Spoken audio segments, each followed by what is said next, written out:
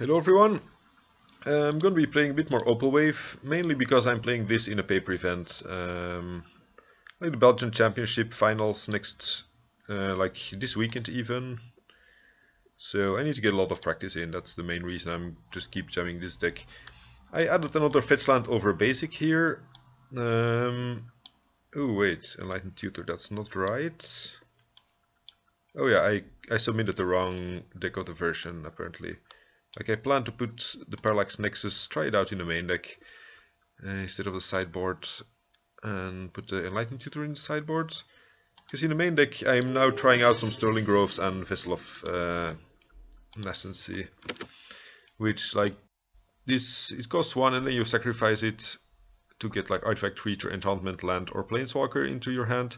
The rest goes into the graveyard, so it has some value with replenish by getting this back to find more cards. And it's also an enchantment, so you get to draw some cards of Enchantress Presence. This is basically also the same as Parallax Wave, but exiling cards from your opponent's hand. But you can only activate it as a sorcery, so it is. Yeah, you can only do it once, and then he respawns, exile it, and then do it once again. So you can't put more triggers on the stack. But it's still good to like exile a few cards from your opponent's hand, even if you don't have the combo, and then they get them back, but then you replenish your card, and then you can start exiling some stuff again.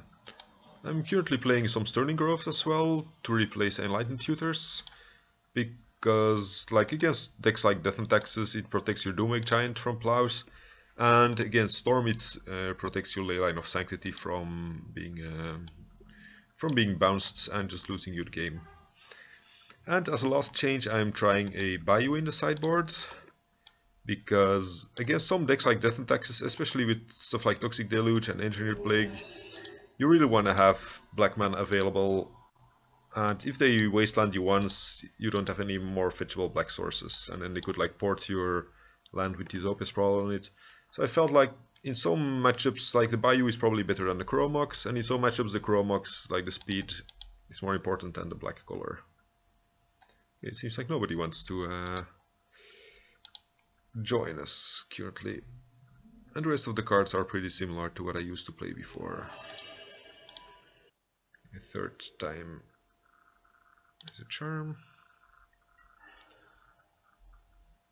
So you got paired against Kryptonite 90. Never seen this guy before. We're on the draw and this doesn't do anything before turn 3. So that's a mulligan, I think. This is already a lot better. This is a turn 1 ramp spell, and then turn 2 we can play that and crack it.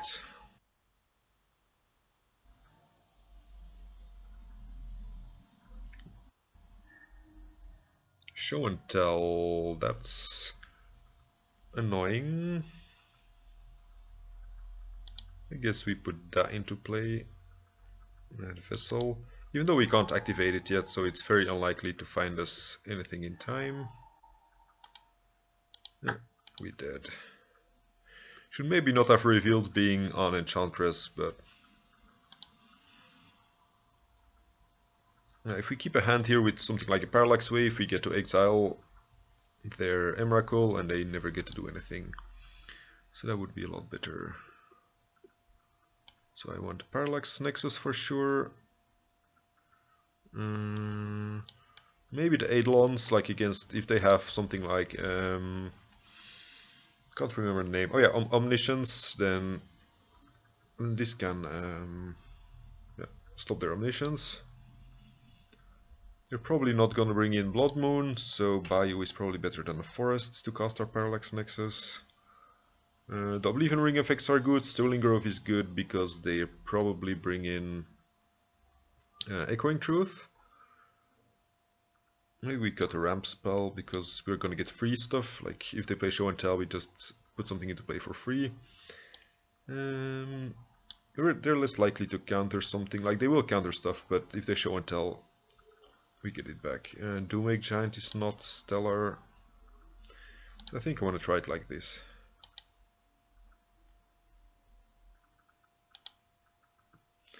That's another thing. Like, you don't need to switch the Chromox for the Bayou. You can also switch a basic for a Bayou if you play against non-wasteland decks. I'd like to play first. Yeah, we have Parallax Wave, so we get to drop. We get to drop the Parallax Wave of their show and tells. Seems reasonable. This is only weak against potential Blood Moons, because this can only enchant the forest, so if they play Blood Moon it's gonna fall off and it won't do anything. Let's already start filling out. Oh, okay, we lost against show and tell once. Playing against Kryptonite 90. Lost the first one. Kind of hope we don't reveal anything too good of this Crewfix inside. Gonna fetch a basic here, just playing around any potential Blood Moon effect to be sure. Because if the Crewfix inside reveals something like an Oblivion Ring, they would be less likely to cast Show and Tell, because then they know they have to use Sneak Attack. But seeing Sylvan Library, Vessel and Opalescence might lure them into thinking they're safe to cast the Show and Tell here.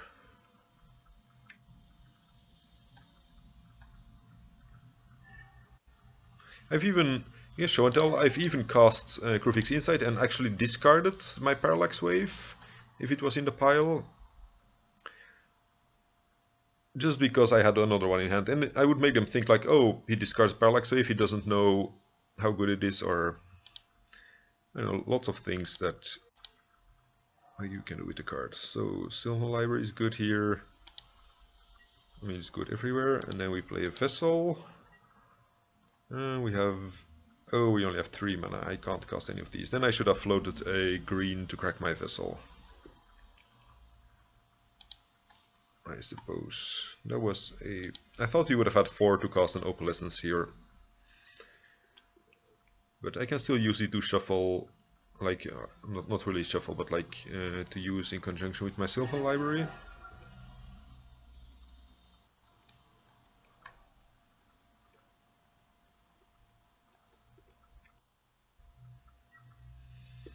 Okay, Sneak Attack. Now we have to cast our Parallax Wave. Either we were unlucky or they realized that Sneak Attack is very unreliable against us. I don't think we need both of those.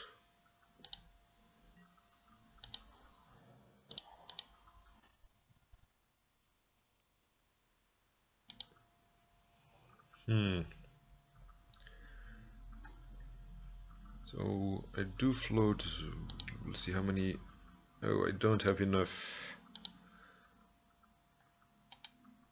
Yeah, I actually can't do all of that, because I can only make 8 mana, so if they counter our Parallax Wave, do we lose? Okay. Probably, so I'm probably gonna crack the Vessel first. Although it does leave us with less mana of Serra Sanctum. But on the other hand, it could find us something like a Wild Growth, and then we get more mana again. Eidolon doesn't do a whole lot here, but I guess it's better than Opalescence, because we already have double Opalescence.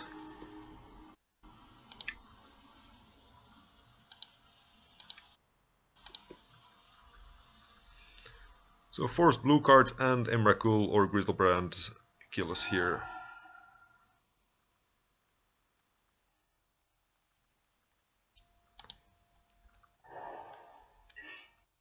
Ooh, they don't have a creature.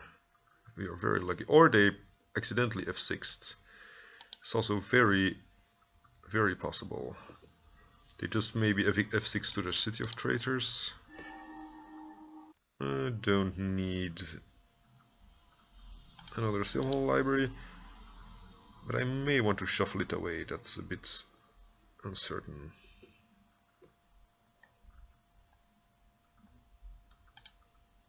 Yeah, I probably want to shuffle away the Silhouette library. Don't want to draw it next turn.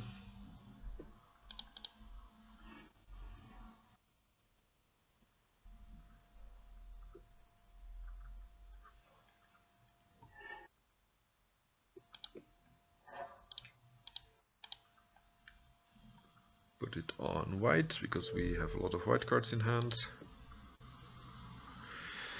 Then gonna play the Eidolon last, of course, because it's gonna limit the amount of spells we can cast ourselves. So if I play Opalescence first, maybe they're likely to counter it. But if it gets countered, I can't play, or if it, whether it gets countered or not, I can't play Parallax Wave through a Spell Pierce. And I think Show and Tell does play Spell Pierce quite often. So I think that's a card I need to play around.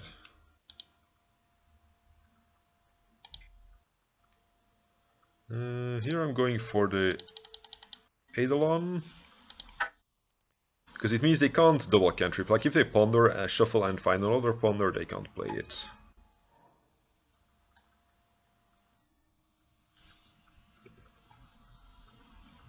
Yes.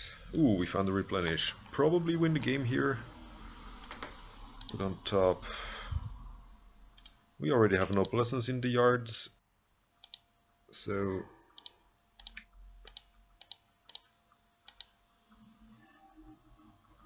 ooh, cool. We can even, I completely didn't see that. We can just exile the sneak attack. It's even better.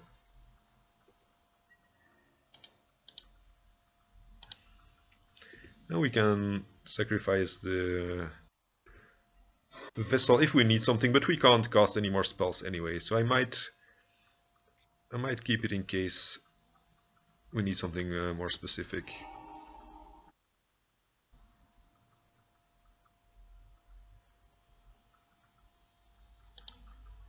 Okay, opponent bricked, we were lucky. Like, replenish was kind of good there, but also on the draw, I have a feeling it's gonna be too slow.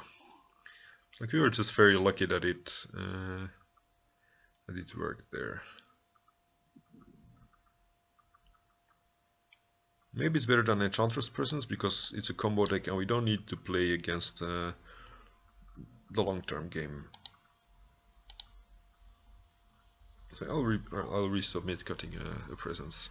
Actually, probably cutting Eidolon of Blossoms would have been better because it's just a slower presence. But Eidolon is better with replenish. And that's also the reason I put in the Eidolon of Blossoms over another Crewfix Insight. Because if this is in your graveyard or on the battlefield and you play replenish, you get to draw, I don't know, like sometimes 5 cards or so. And with Parallax Wave and Opalescence, you can use this to draw like infinite cards. Like you exile it and then you let it return for new draw triggers. Or you can just exile a Parallax Wave to itself and it also triggers the Eidolon. And usually you don't need to draw infinite cards if you already have Opalescence and Parallax Wave into play. But maybe against some combo decks, or if they have like a true name in play that you can't target with the Parallax Wave, like having an infinite draw combo seems, like as a one-off seems reasonable.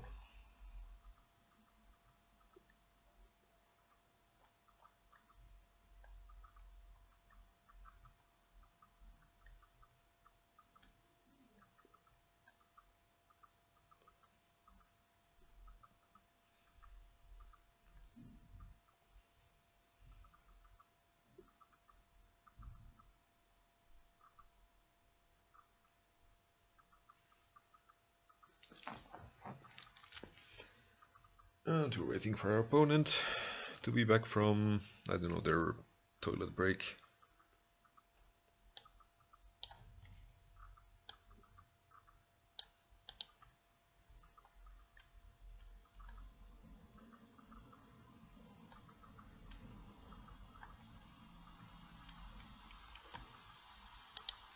I'll put up the deck list again while we're waiting.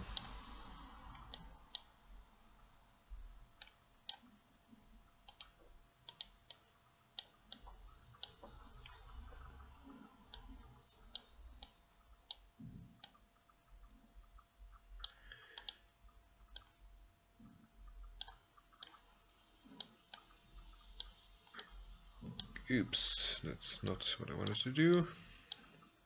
Yeah, so now the whole deck more or less fits on the screen. It's easier to see. I mean, if it's easier, I can also, of course, if anybody ever wants to have a deck list of a deck I play in a video, I can just type it in the comments, so you don't have to type out every single card, if it's ever necessary. What happened to our opponent? Nothing yet.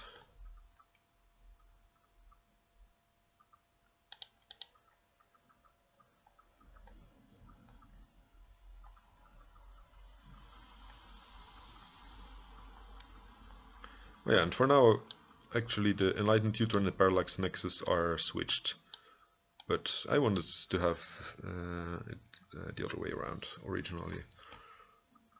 And this is just a card I'm testing out. That's also a reason to put it in the main deck. Because it's good against any deck that has cards in hand, which is like most decks. And it seems most reasonable against combo decks and control decks, of course. But even against something like Delver, they could have, if you only lose to them having like a Daze or a Force of Will, and they already only have a few cards in hand, you can just take out the cards and guarantee to win. Test Caracas. I think that's good enough to keep Caracas into Simple Library, seems. And we can tutor up something with Sterling Grove. Obviously I'm not gonna play the Caracas until they actually resolve with Show and Tell. Ooh, Cast Out, it's very good. It's a reason to play the Savannah. Like, I probably don't want to cycle this, but there is no real cost to playing Savannah over Basic Forest anyway.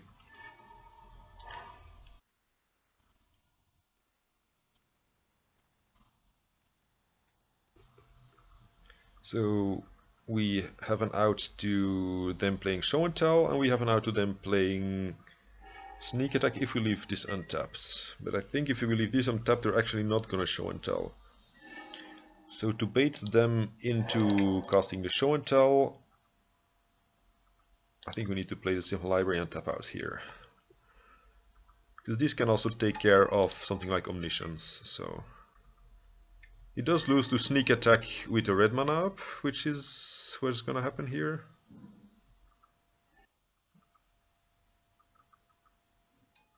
Ooh, that's unfortunate.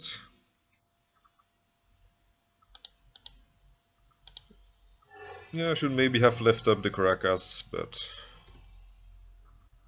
as long as they don't have a second red, we can beat another Emrakul here.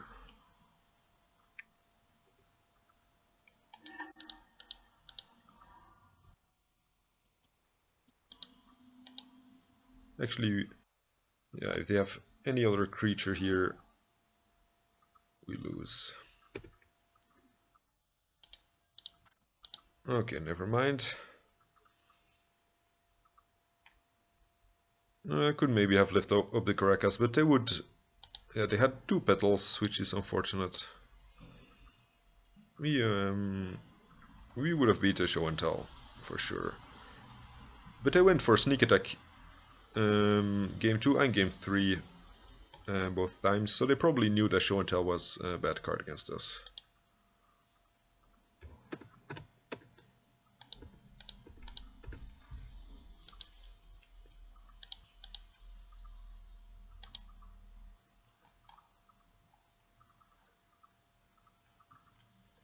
Why am I not going to game 2 here? Is my connection down? Nope. There's Magic Online.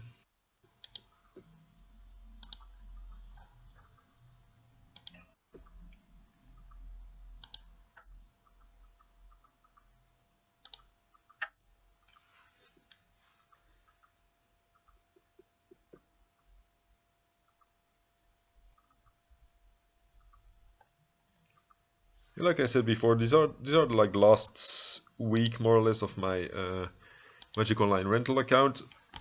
So if I need to play any other deck on camera, I'm always open to suggestions. Like, it's not certain that I will play it, but if I want to get any reps in with any interesting deck, it's gonna be now.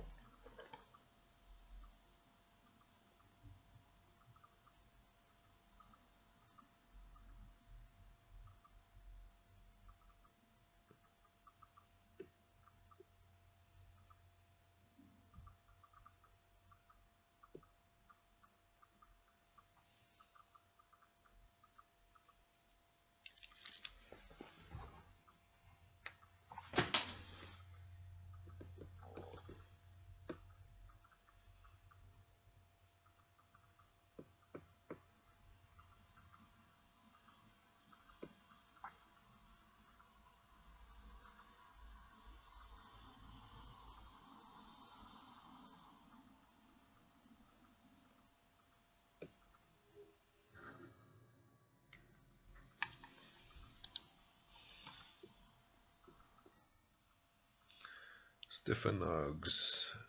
I think I remember this guy, but Stephen.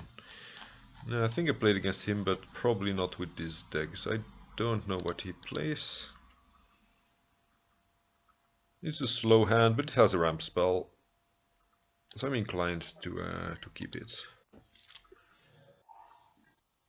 Or maybe it's this Miracles guy.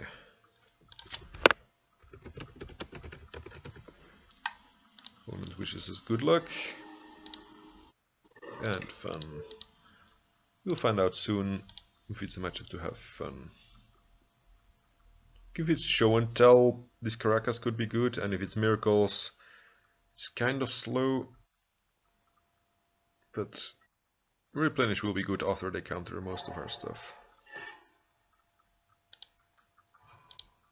So here the play is to fetch a basic plains.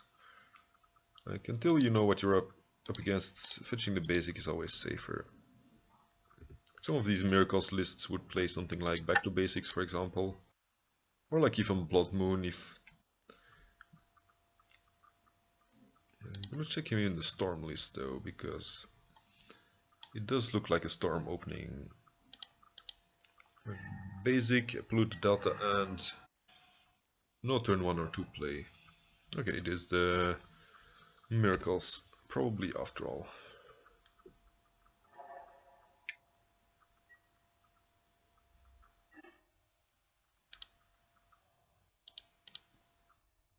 I feel I'm just jamming the Doomwake Giant here.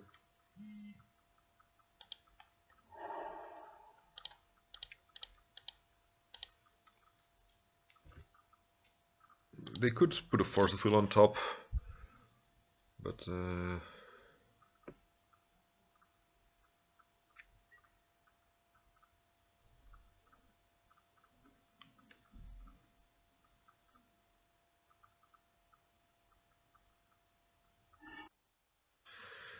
they reveal nothing. Sure. Okay.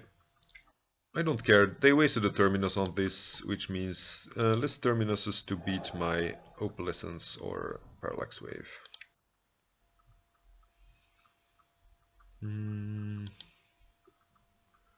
Question is what to play first here. If I play Parallax Wave, I can deal with a Mentor, but if I play Opalescence, I don't have any other cards in play.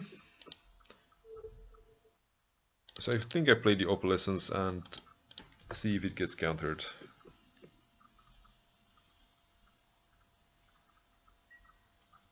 It does not. Okay. Oh yeah, they have a counterbalance, which I can exile with Parallax Wave next turn.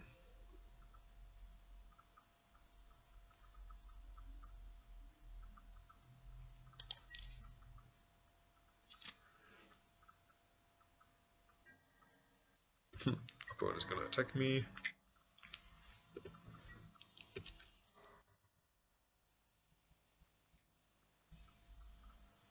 Snapcaster, Brainstorm, sure. If you put a 4-drop on top, we're gonna be in a bad position. They probably know that it combos with Parallax Wave. So if they do have a Jace, it's definitely the card going on top, I think. Keeping the Serra Sanctum in hand. I don't think I want to reveal to them already that I have a lot of mana. So if the Parallax Wave gets countered, the Replenish would also get countered.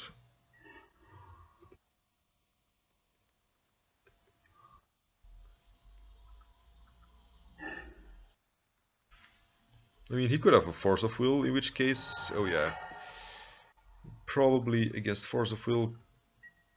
But Replenish only to bring back a Parallax Wave. I mean, it does exile his counterbalance. It does have a Jace, sure. That means he's less likely to put another 4-drop on top. They probably do play second Jace though, but probably only like one more 4-drop in their deck.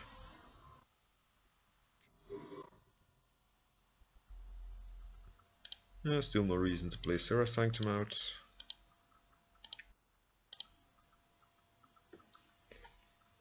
Let's hope to not get punished for not having the Replenish last turn.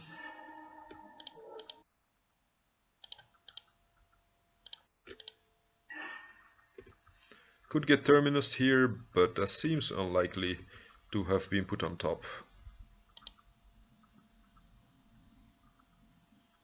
Because he had creatures and I did not last turn.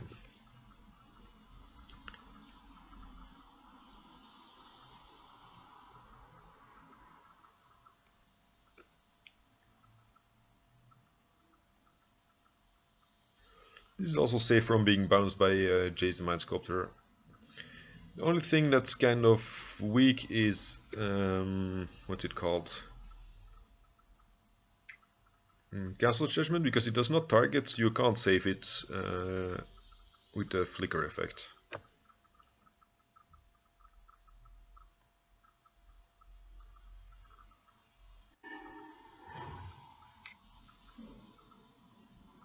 Predict, sure.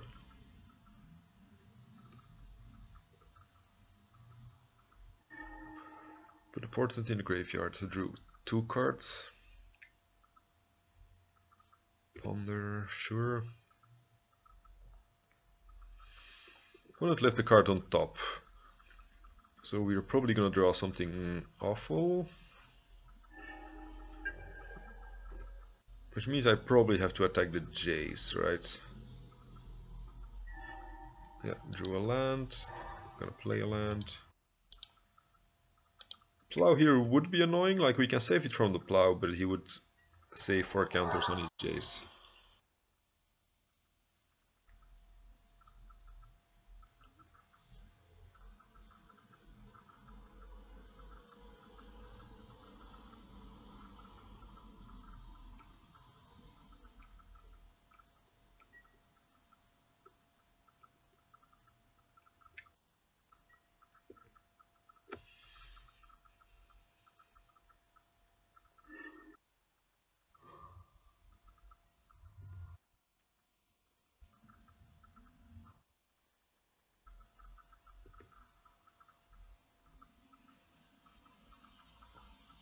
I think I'm going to end step exile this to itself.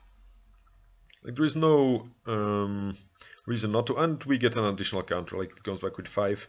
It's a way to undo like the fading, in case we ever need it to have like more counters, and because otherwise next turn it goes down to 3, and now next turn we'll have it at 4 counters.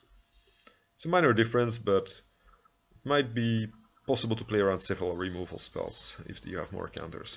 If they plow it first, you exile it in response, then they plow it again, you exile it in response, and if you don't have enough counters, they might have like a lot of plows and snapcasters and plows to like try to exile it. Soothsaying. Well, actually it is a creature and we do get to exile this.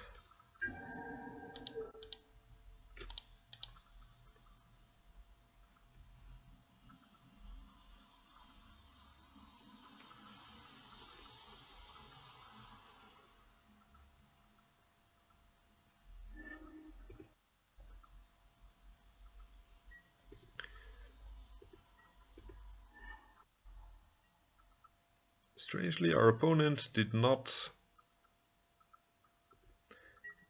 activate it in response, which means they have something they want to cast this turn. Probably Snapcaster Predict.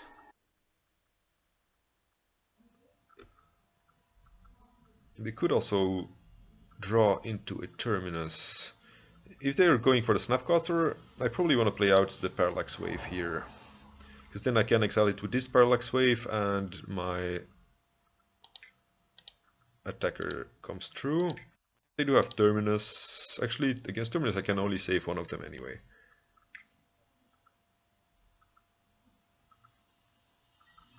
Counterspell, sure.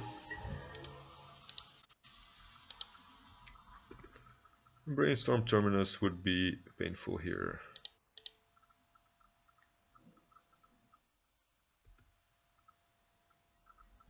The plow is okay. Means they get to brainstorm one more time with Jace, but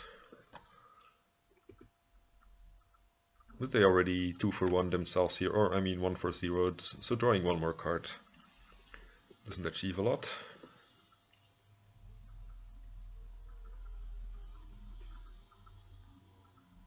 Start filling out the Miracles form.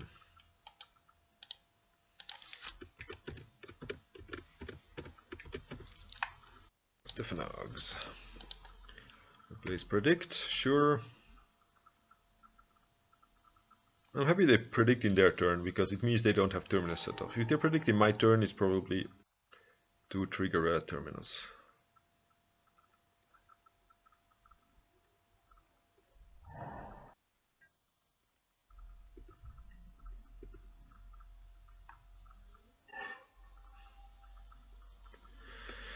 So, is there any reason to play out Starfield of Nyx? It turns on my Opalescence. Oh yeah, he has Hardcast Force up, potentially. Which means I probably want to attack first.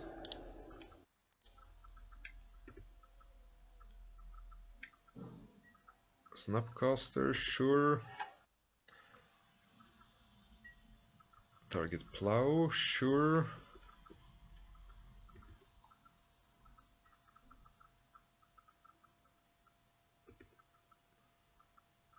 Here I'm gonna let him block in case he wants to.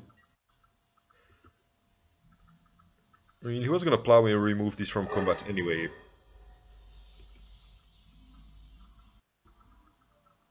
So, otherwise, I would have removed it before damage, but then he was gonna Plow it, I had to blink it, and he would get his Snapcaster returned, and he could like use it for a Brainstorm.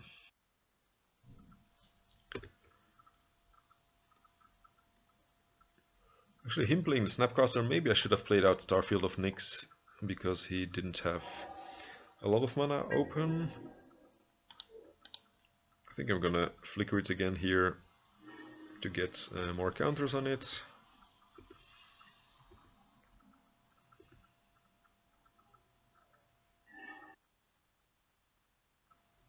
So I'm going to upkeep, cast out probably. Attack Chase again.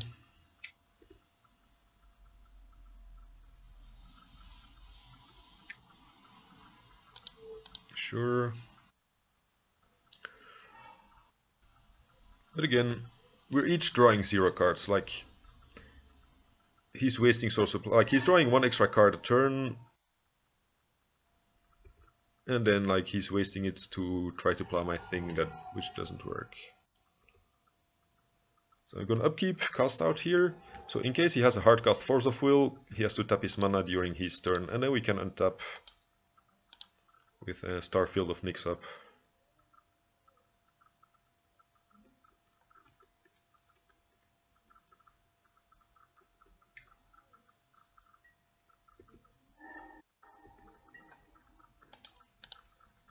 Definitely smart not to play the Starfield out yet. Because that's more valuable than the cast out, I think.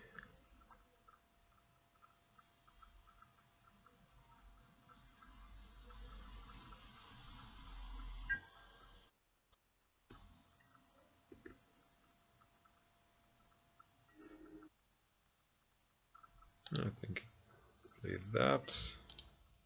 Again, I think I attack first in case he has another Snapcaster. I don't want him to use it for a counter spell. Jesus, he really does have a lot of plows. I think that must be the fourth plow by now. 1, 2, 3, and none in the discard pile.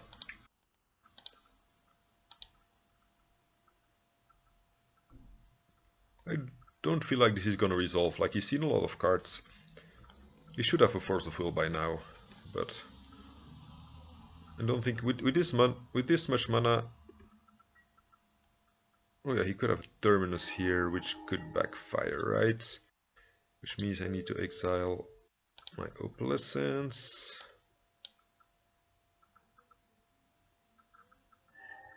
Which means they are not creatures anymore. Oh, I should have let him pay first, because now he just gets to put the card in his hand. It was a big mistake. I always respond to Miracle's trigger instead of to the spell. So now he just puts the Terminus back on top and then like brainstorms in my upkeep. That was a punt.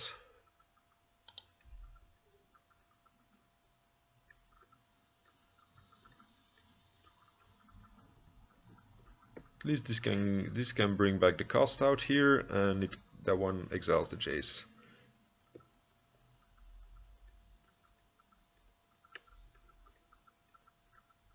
And then these become creatures again.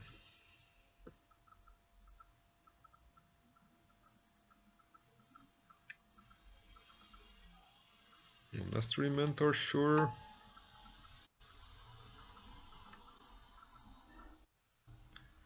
Counterbalance, sure. Unless if he kills my Starfield of Nyx this turn, like none of these things matter because of getting my cast out back. Get my cast out. Probably should have gotten this back before resolving the fading trigger.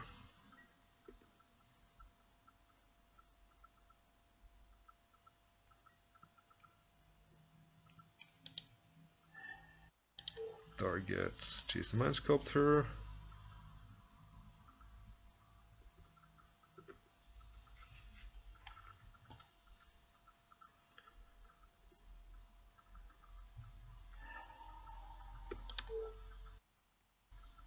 Oh wait, and first need to target, like he could have, no he can't have double plow, he can still have one plow, so I always need to leave one counter on this. To play around the removal spell. Then Opalescence is gonna come back, and this will be a creature again. Starfield of Nyx only animates my enchantments, so the counterbalance is not a creature yet.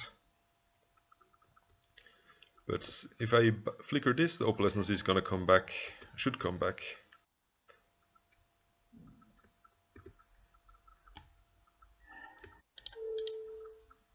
And I should be able to take care of them.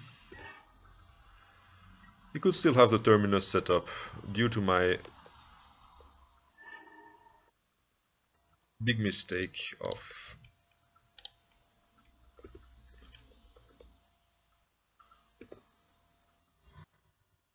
not waiting for him to actually pay the costs for Terminus. I'm going to let him do that now. So again, I exile the Opalescence. Then he's gonna get back his Jace, right? I need to think about this. If I exile the cast out, he gets back the Jace, but I don't lose my Parallax Wave. I think I'm gonna try that.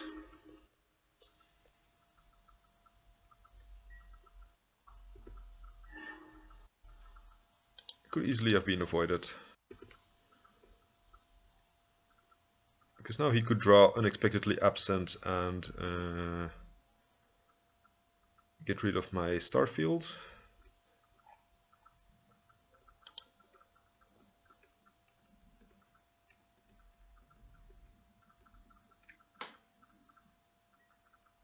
Or Council's Judgment, sure.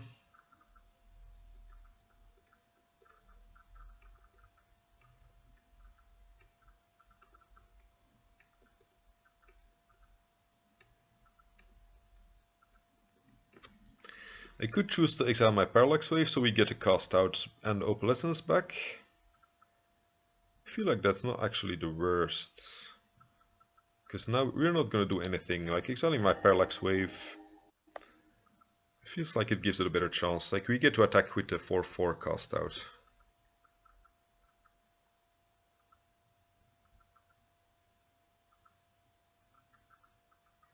But it could let him plow my cast out and then he gets to brainstorm again with the Jace. So yeah, it was a risky line. All due to him letting recycle the Terminus, which should have been in his graveyard if I had played properly. Opponent is portenting me, definitely need to shuffle. Oh yeah, I should have waited because he could just portent me again.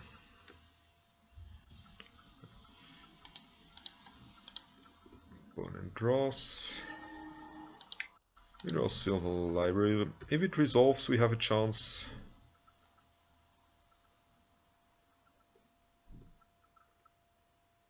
But he can just probably Snapcaster plow it. Like, I don't know how many plows he already played. I don't know how many Snapcasters. 1, 2. Okay.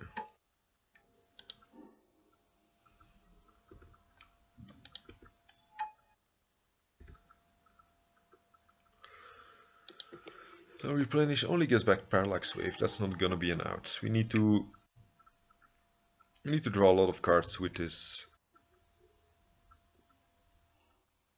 Play a second chase, sure. We need to draw a lot of cards that he needs to force, and then we need to also have replenish, like replenish plus another Parallax Wave, so we can. Oh, he's bouncing this. Yeah, completely forgot about that line. He can just keep bouncing it forever.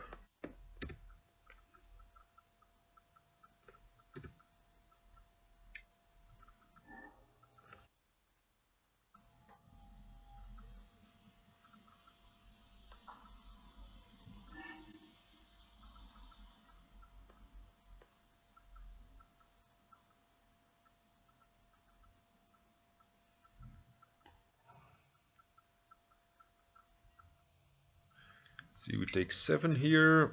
If he has a double instant, we might lose to that, but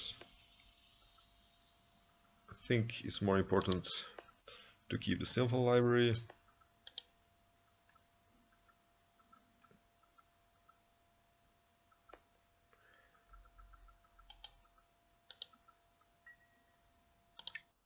So he's gonna hardcast counter my crew fix inside, and then we lose the game.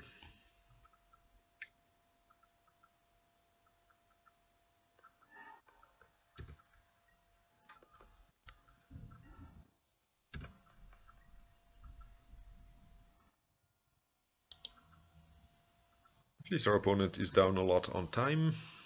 I feel like I probably want to cut the land in this matchup.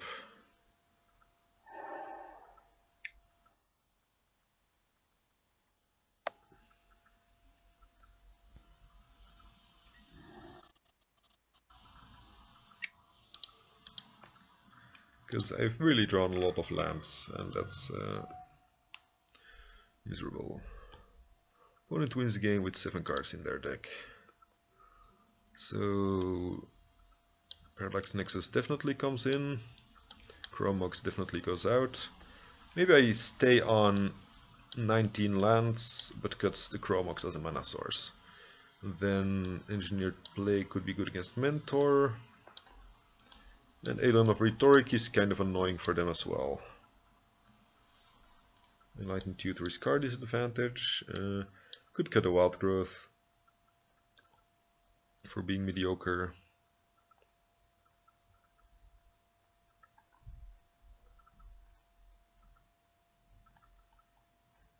Means that was not mediocre, but in the late game it's a very bad draw.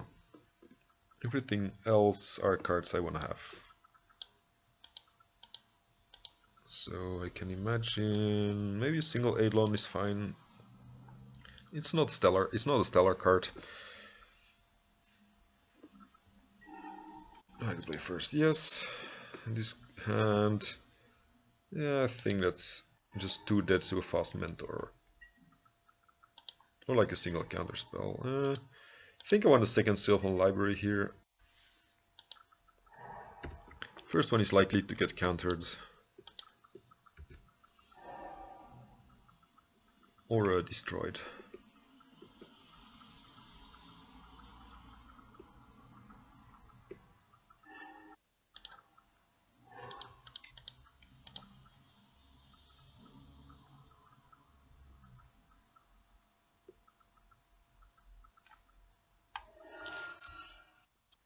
Force Pitch Brainstorm, sure.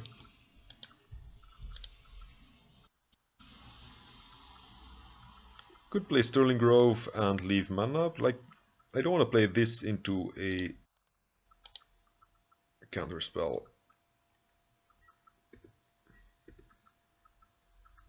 Or even a Wear Tear, so I think I'm gonna keep this up and potentially crack it. But I don't mind drawing more lands, so probably I don't want to crack this yet.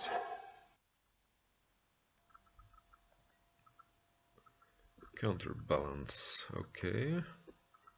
That's nasty.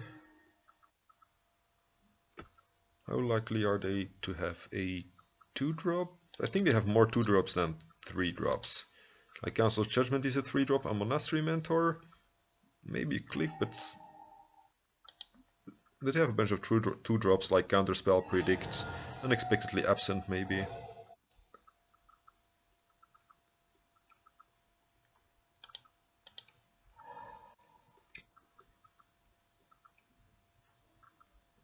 The removal spell that gets around Shroud, very fair card. Should maybe have left open white here, because white lets me cycle the cast out. I need to draw more land.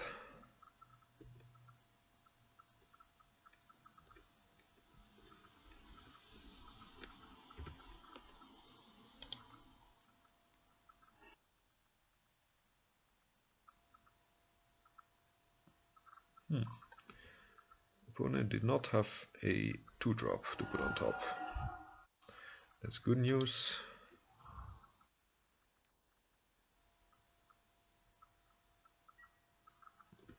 I'm still in the market for drawing more lands, so I think I don't crack this.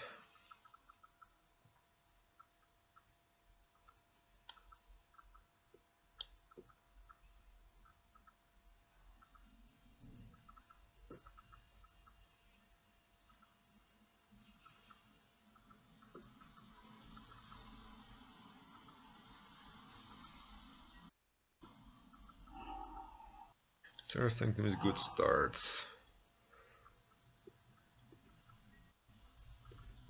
I feel like if they crack this end of turn, I'm gonna respond, so they can't respond with the Brainstorm to my cast out.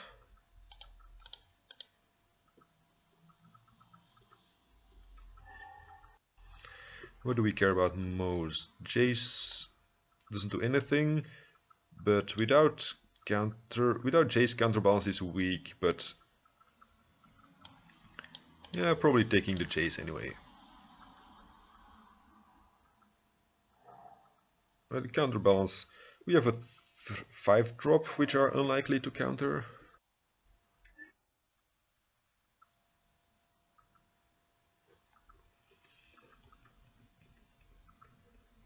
And this 4-drop is also kind of unlikely to be countered, I think. And you're more likely to tag the 4-drop, of course. Because they know leaving a 4-drop on top is good against us, like we have a lot of 4-drops in the deck.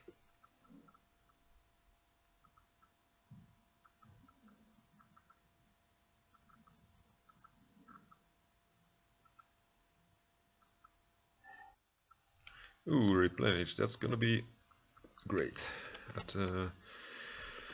at some point. If they have like Snapcaster, Wear Tear for my cast out, get back their chase.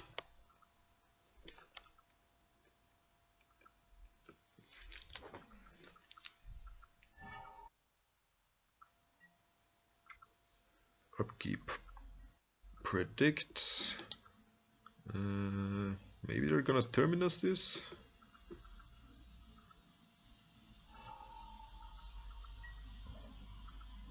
Okay. I guess that's fine. And they drew 2 cards of Predict, which means they should not know the top card of their deck.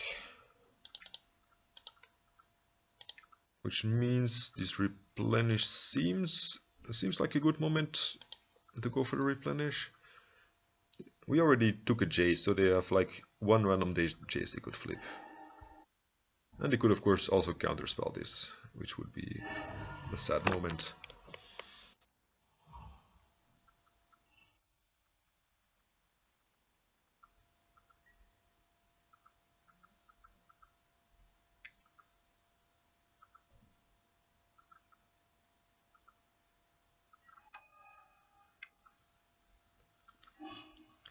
Oh, that's a blowout. Okay. 4 mana Parallax Wave does nothing. Opalescence does nothing. I think I need to keep hoping for them not to have a counterspell.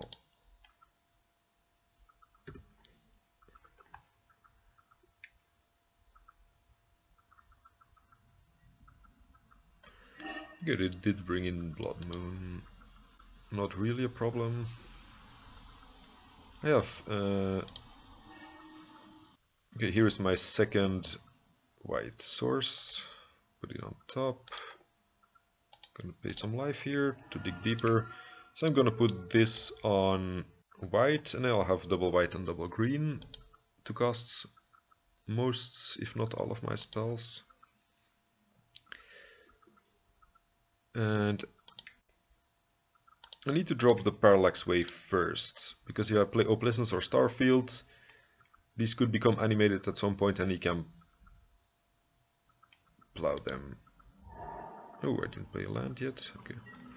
And Parallax Wave lets us protect our enchantments from removal spells.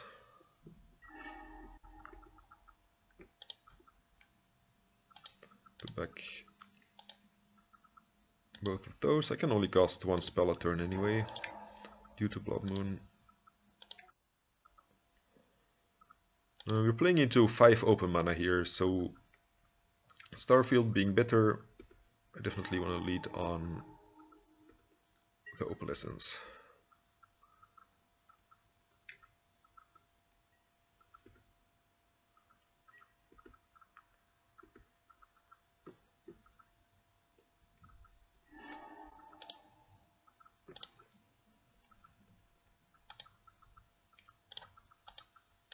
And paying some life here, just so we don't get locked out if something happens to the Sylvan Library.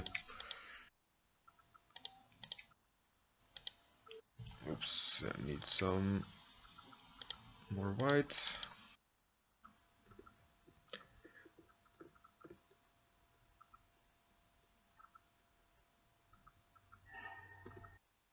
It reveals a land, sure. Ooh, we even get to exile the Blood Moon. That's sweet. It does mean my opponent's land get unlocked. Oh yeah, he can plow this Parallax Wave in response. I'm really stupid here. Okay, I could have flickered it first to get more counters, and then I would be able to save it to itself.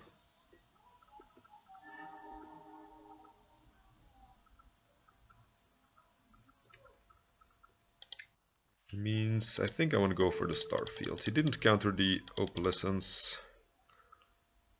This can get back a Sterling Grove next turn, and we get to attack with more creatures. Opponent concedes, hooray. And have a fetch land on top, they probably can't win this game. Configuration looked solid, and they're down to 6 minutes, so I think the chance of winning this are okay. No white mana, we're on the draw, and no third mana or ramp spell into Enchantress presence, so it's a sad mulligan. Like, all of these cards are good, but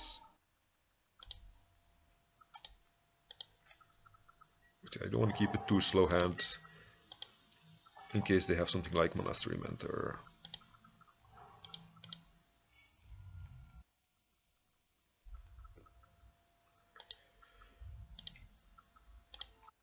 So I'm gonna start on naming white here, then I can fetch a second basic forest, and after that I can fetch the basic plains, and I'll be safe from Blood Moons.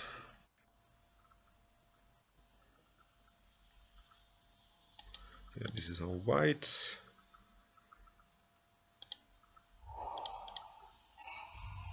I'm gonna fetch the forest first, play my Eidolon. I have no idea if this is actually good or not, but it might just be annoying enough. Like, if they ponder, they can't Source of Plowshares this anymore. And they also can't kill me quickly with Monastery Mentor.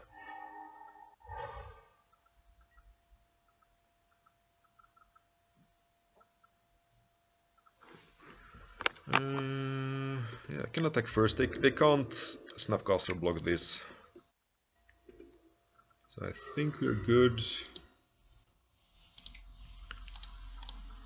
And yeah, I think Silver Library seems... I don't think they put a 2-drop on top here. I think they're more afraid of like 3 or 4 drops. So this seemed likely to resolve. Wear Terran Silver Library. Okay. Fair enough. Attack first.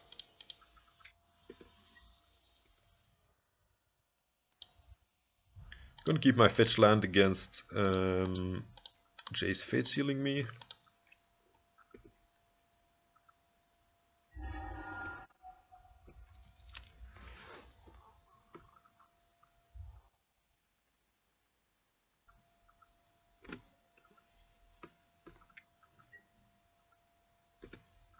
Maybe they already have a Jace in hand if they brainstorm here. But at least if they brainstorm and draw into a counterspell, they can't counterspell this. So they can only brainstorm, put the Jace back, due to the Eidolon of Rhetorics. Opponent did have the Jace.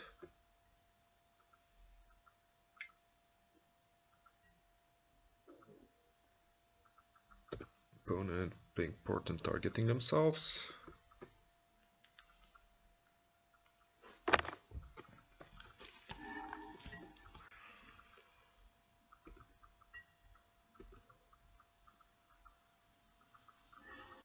Reveals Terminus, sure.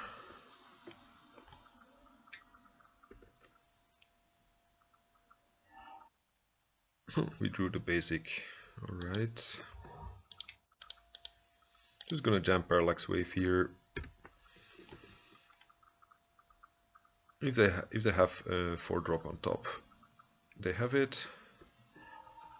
Oh, okay, sure, or if they have Wear Tear. So now they're probably gonna try to Fate Seal me as quickly as possible. Or not.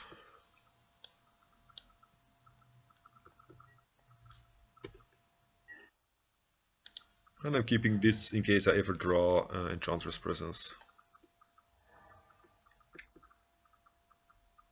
I don't have any real use for Utopia Sprawl, like for more mana anyway. Yeah, we still managed to float out, even though we took out some mana sources. And I think 4 mana is enough. Like, they're ahead on board. If we were doing well, they couldn't win in 4 minutes, but we have nothing, and they have everything. Ooh, I don't think they go for the mentor if they're not protected, so I think they're just gonna force a replenish, but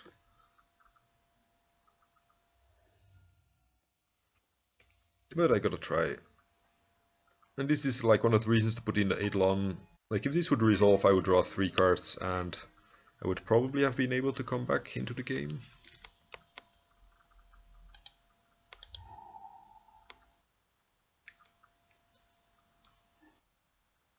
Important targeting himself.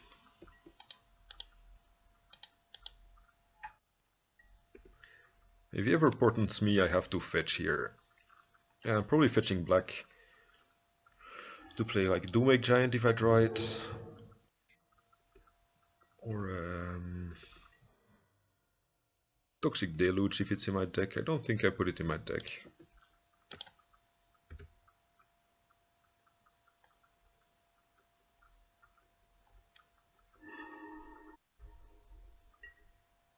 I think they're gonna Snapcaster where Death is.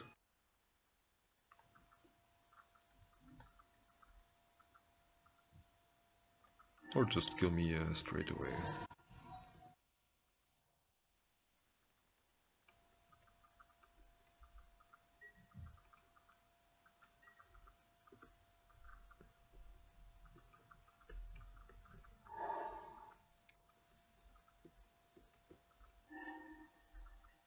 Or Council's Judgment, it's sure.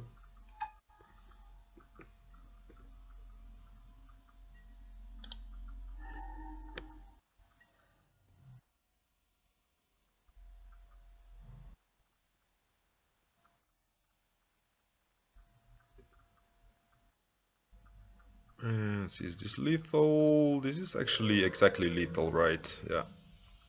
So we did. Yeah, I had a misplay game 1. That probably cost me the game. And then internal, of course, also the match.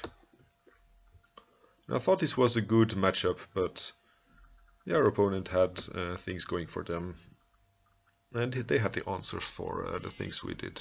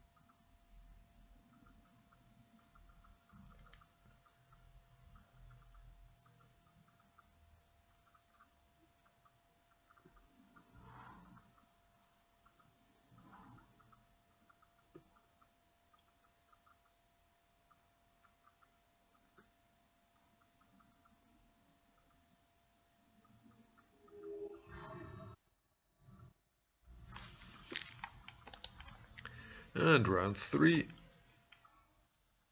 Knoxville. Yeah, it's easy keep. It has turn 2/3 mana and it has 2/3 mana things to do.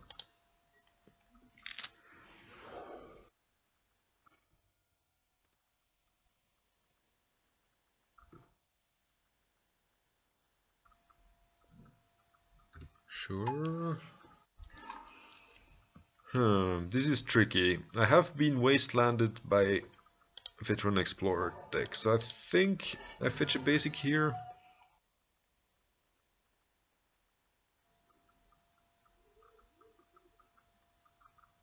Although, I mean, I have exactly 4 basics in my deck. Yeah, I think I'm gonna risk it. We're 0-2, so we have to take some risk. I'm naming green here because I'm gonna need double green for my vessel.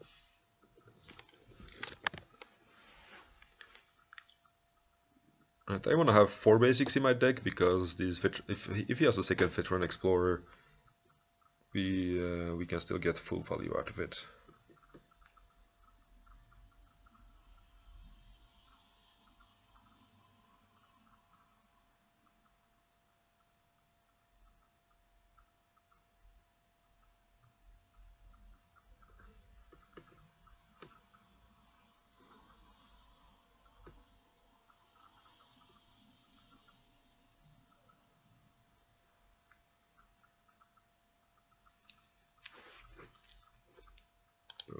is thinking.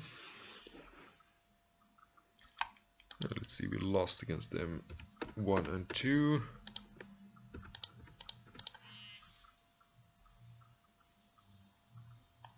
Then we're playing against something random here.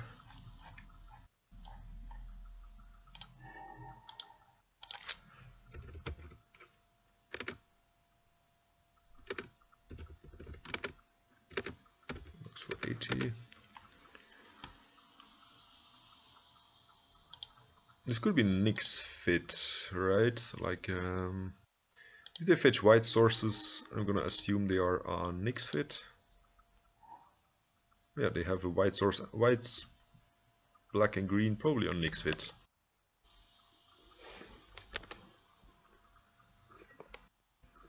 Yeah, evolutionary leap definitely screams Nyx fit.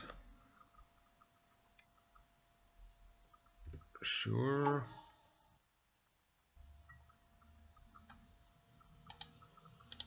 No, it's a pity I didn't put this on white, because I don't have double white.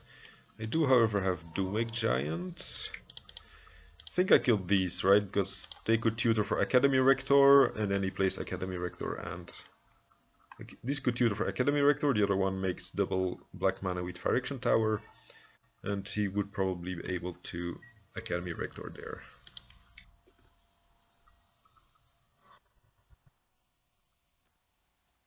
Gonna start with Vessel, maybe? Actually, no, Parallax Wave seems good.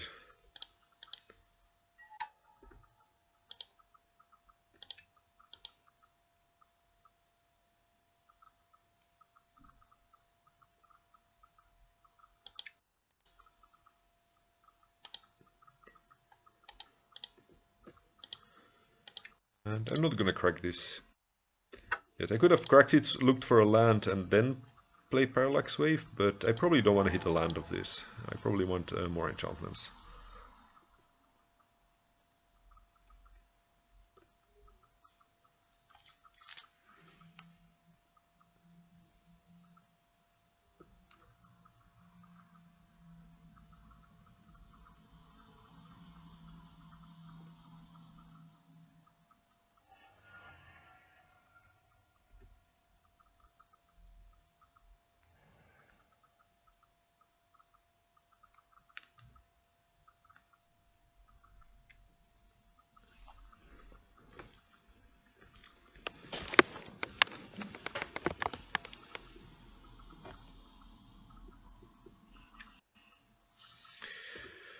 Lingering Souls. Oh yeah, and he sacrifices, he gets 4 mana. He sacrifices 1, which means he can't go get Academy Rector and sacrifice it this turn.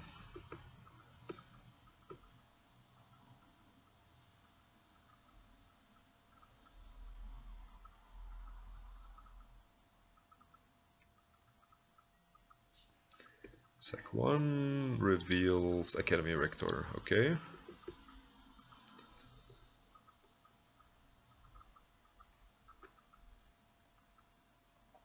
So starting next turn, we're gonna get comboed. Like, he might get Humility, which would turn all my stuff into awkward things. I don't know exactly how Humility works with Opalescence, because it's a very... I think I'm just gonna exile a token here, right? No reason not to. Like, Opalescence will reset it, and... Actually, we could have waited, but yeah. It turns off him making mana in our turn.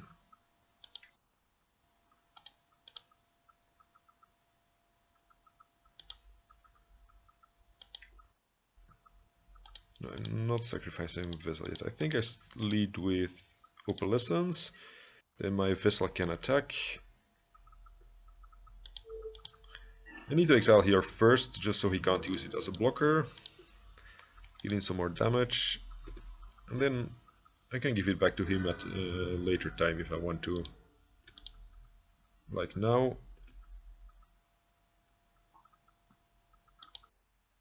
Wait, I can actually just kill it with a Doomwake Giant, right? Yeah. Making some triggers to kill it with Doomwake Giant. It's even more fun. And then I sack the vessel for probably a Oblivion Ring.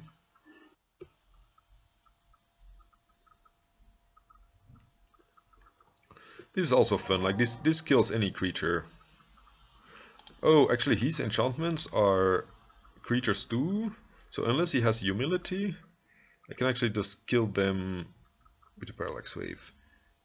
If he has like a Dovescape or something like that.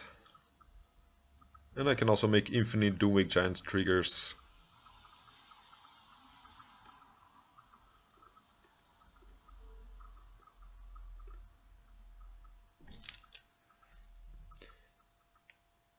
Because like I can exile my Doomwing Giant, flicker my parallax wave to return it, and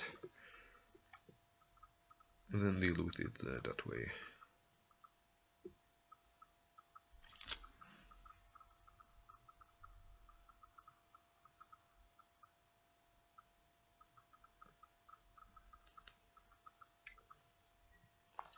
Academy Rector. Kind of curious if he has an out here. It's definitely possible that he has.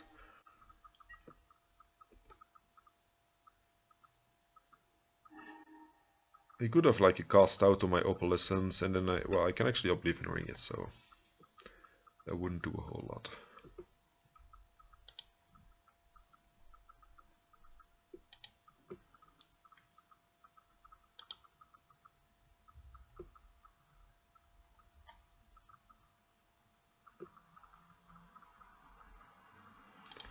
Yeah, this is like humility, and I can't activate stuff. Alright. So that means I'm only gonna attack for 2 damage here. Oh no, I can Oblivion Ring it. I Oblivion Ring it and I kill him. Hopefully.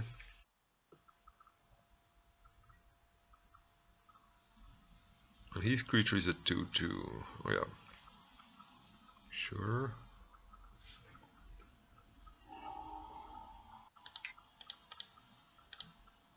Living Ring should. Oh yeah, it doesn't do anything. Never mind. Because it loses its abilities due to that card. I have enough mana to cast Crucifix Insight and Parallax Wave. So I'm gonna go for. This will be a creature, so it will lose its ability, so I won't be able to draw any cards ever. Which is sad. I'm still gonna grab it. But it's not gonna do anything, I think.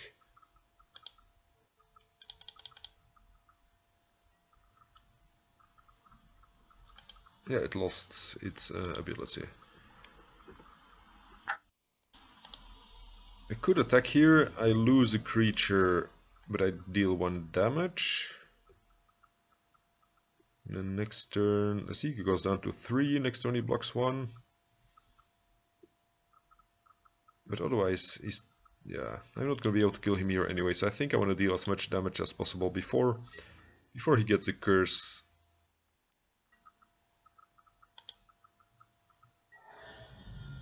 Before he gets the curse that gives everything -1/-1.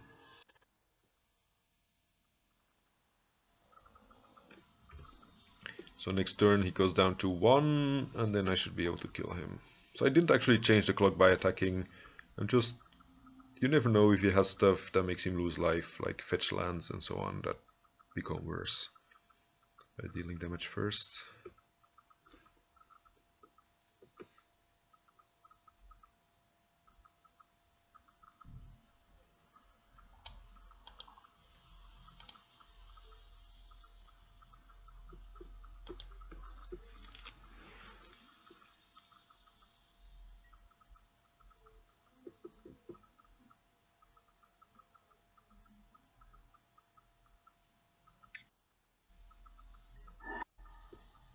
Lingering Souls, oh yeah, that's he's gonna get a lot of blockers here. Huh.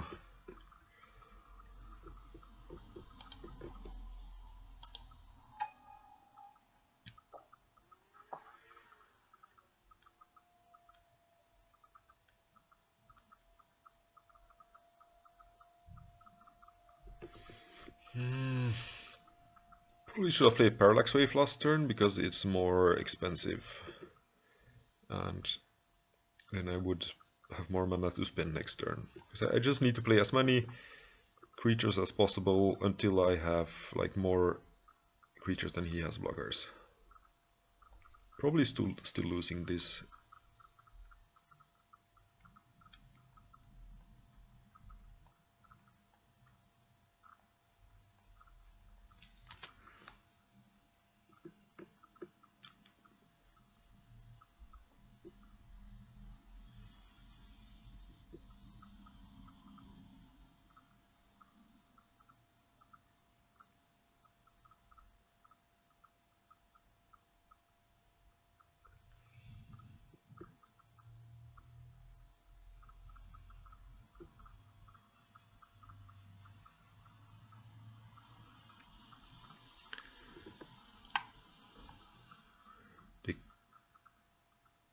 They killed one of their spirits to Diabolic Intent. That's interesting.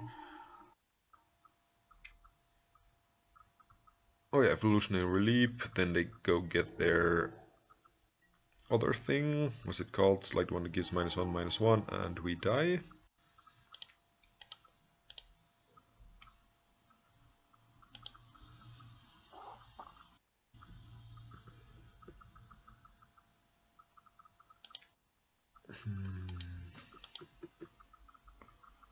Six, 7, 8, 9. So we can play both of these, or we can Crewfix Inside. I think I just need to jam as many enchantments onto the battlefield as possible.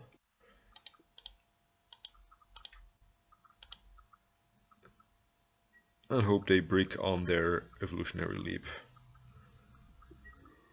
Chances of that are very small because he has Sylvan Library to put back like an Academy Rector. And even if he gets a Veteran Explorer, he will get more mana due to his Veteran Explorer, and he will be able to activate it several times. So I think there's actually nothing we can do here. This just adds too much inevitability.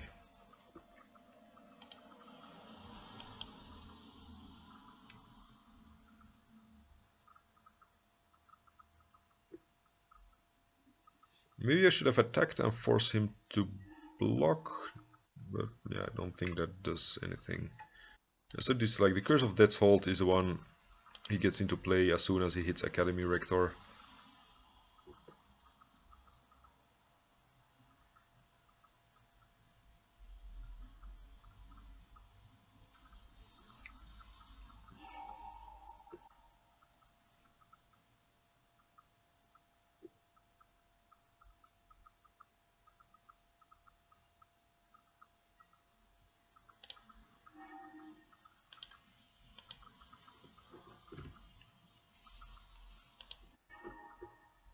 Well, it reveals another Veteran Explorer.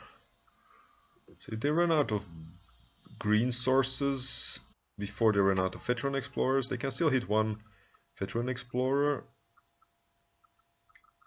But I don't think they'll run out of green sources to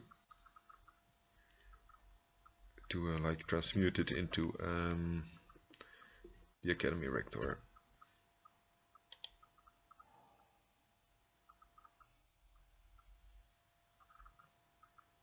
One more turn and we would have been able to attack for lethal here.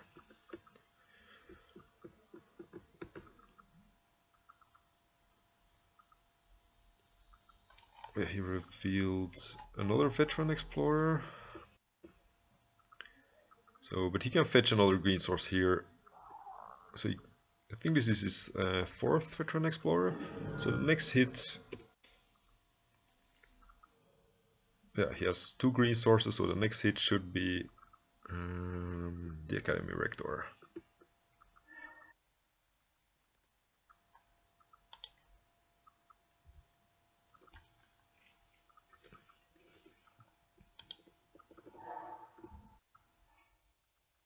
That's the Academy Rector. He has enough mana to cast it.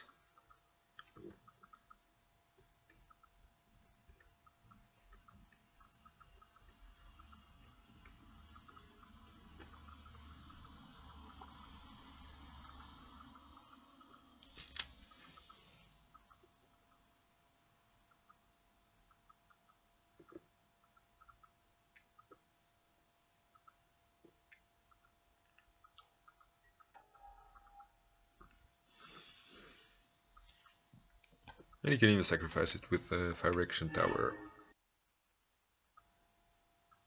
if you wanted. So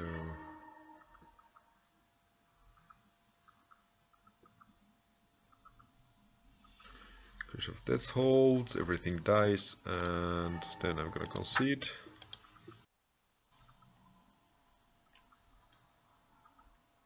We basically need Leyline of the Void against them, and maybe Leyline of Sanctity to stop Cable Therapy. But I think it doesn't stop the curses. Like if he puts the curses into play of Academy Rector, he can enchant us. He can't cast them targeting us, though. Toxic Deluge might be okay here. Chromox is definitely not good against them. What's it called? Pernicious Deed. And last time I played against Nixfit, I lost against Galactique, so that's one of the reasons to bring in Toxic Deluge. Don't know if it's worth it, but willing to find out. Parallax Nexus could be okay if they have... We have nothing better going on, but yeah, I could get some of the sprawls against. Actually, it's kind of difficult though, because if I play Leyline of the Void, I can't get cards off the one guy, which is called Veteran Explorer. So that's a consideration.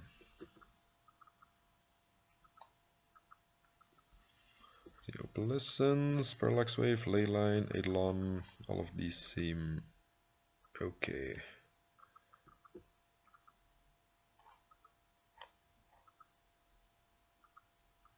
Maybe cut a Savannah, get a Replenish.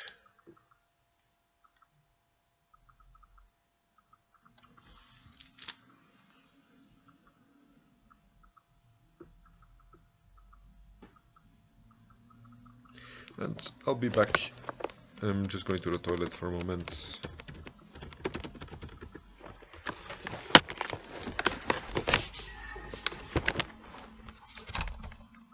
I'll already let my opponent draw their hand. And yeah, it's a turn 2 Sylvan Library, so I'm gonna keep it.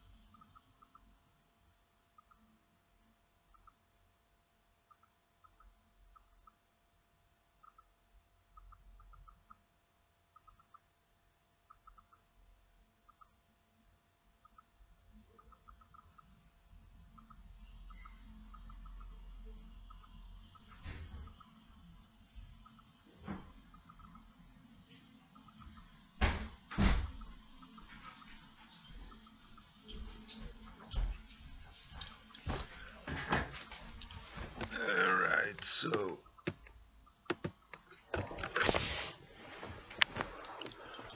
this hand could backfire. I could have mulliganed, especially with Leyline of the Void in my deck, but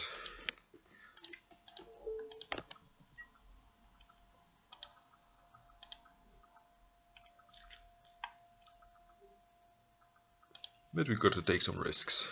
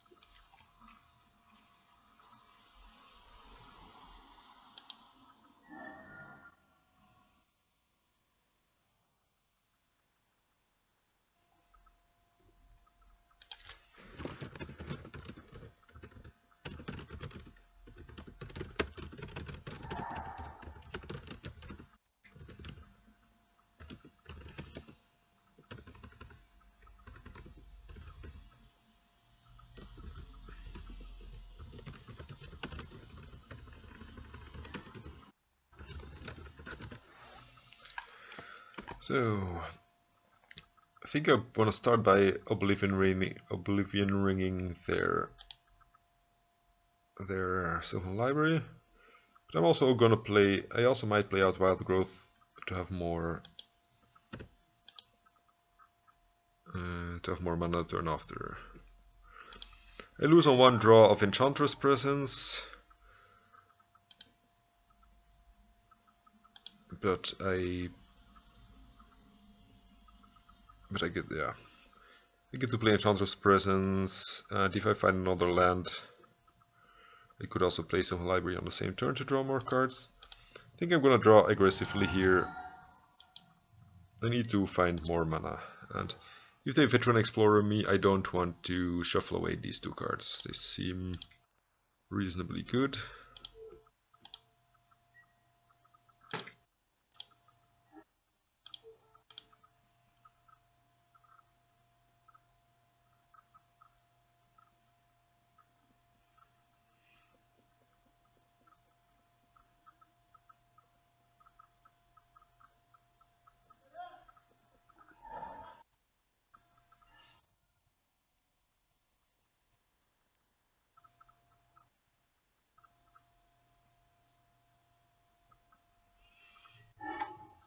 Lingering Souls. I don't think that's a card this deck cares about.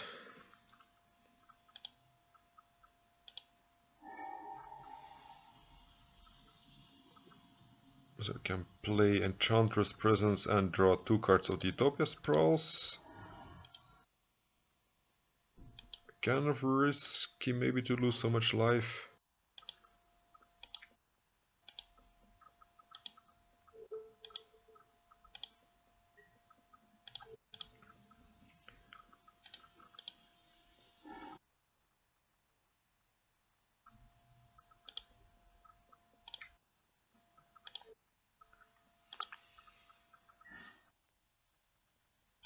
I could have seen floating some white here to cycle this, to dig a card deeper, but yeah, this deck has a lot of troublesome permanents, so yeah, keeping the cast out is probably worth more than cycling here.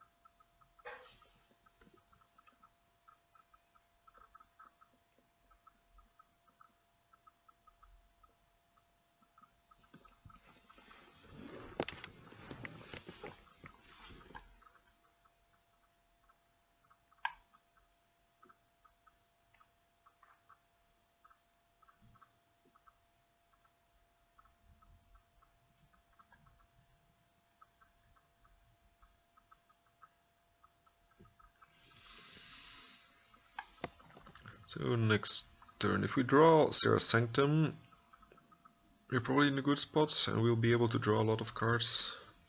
If we don't, we'll have 7 mana still, or 8 if we draw another land. That's not Serra's Sanctum.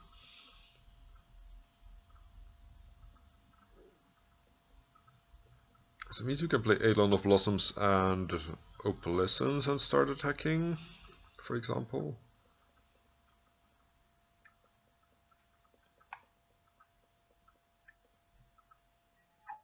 Academy Rector. Oh, he does not have a way to sacrifice it yet. Definitely gonna cast out the Academy Rector. Found Serra's Sanctum. Great. Actually, I should have upkeep. I should have draw step cast out here or upkeep, because then the cards I draw with Enchantress Presence I can put back with Sylvan Library in case I want it. Like, it lets me dig one card deeper.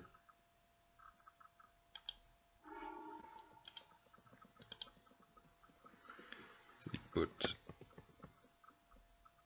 that one back. I think I want to draw it with the Vessel first. Then I want to activate Vessel and not draw the Serra Sanctum, the second one.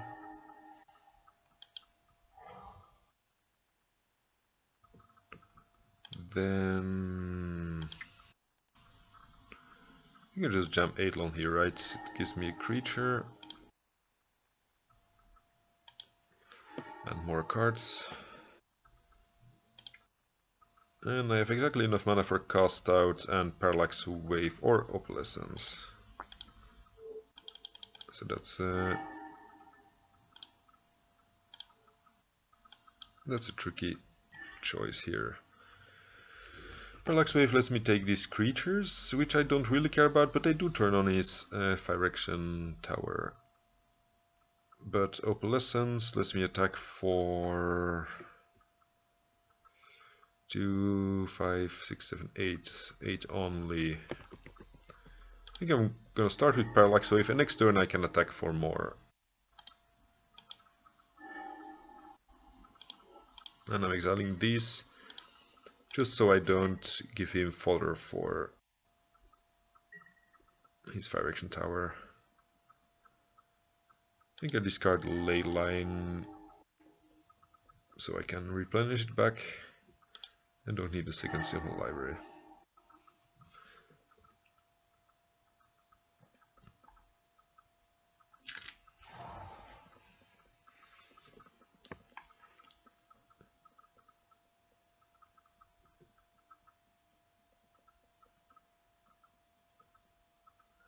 Can already Academy Rector and sacrifice it here, but it's only the combination of 2 enchantments that kills us, so...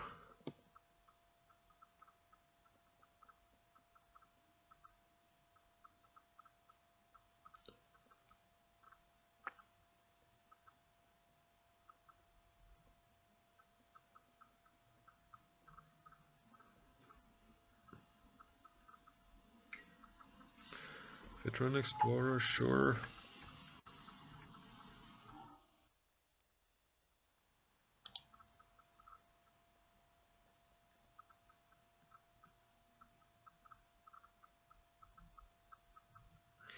Overwhelming Splendor would be really annoying, because then we can't Opalescence Parallax Wave anymore.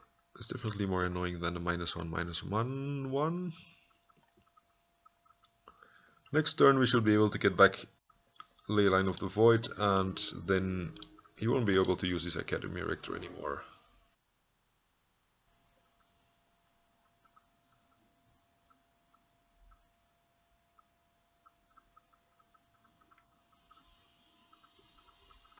Could have Evolutionary Leap and green mana to sacrifice it, but I can exile it in response. So if he wanted to do that, he should have played Evolutionary Leap first.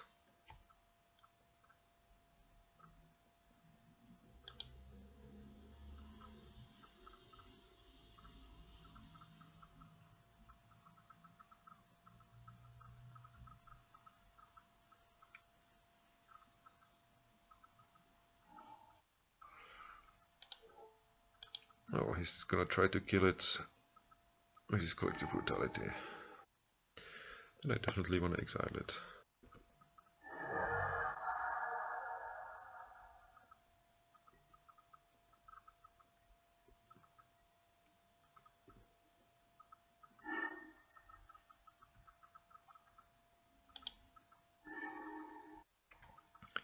Put back, don't need Library, don't need Oblivion Ring, I guess. Probably want to cycle here.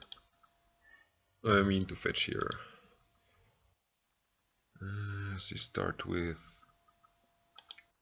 Opalescence and attack. And now I can infinitely draw with bouncing, like with my Parallax Wave, but I only have 27 more cards, so that's probably not something I want to do. Oh, he's dead. Okay, never mind. I didn't count the amount of damage that I had available here.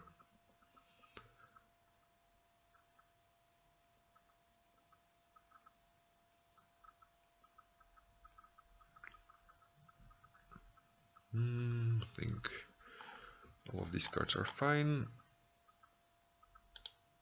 So I'm just gonna resubmit. The Parallax Nexus could be okay, Leyline of Sanctity could be okay, but I don't really know what to cut for it. So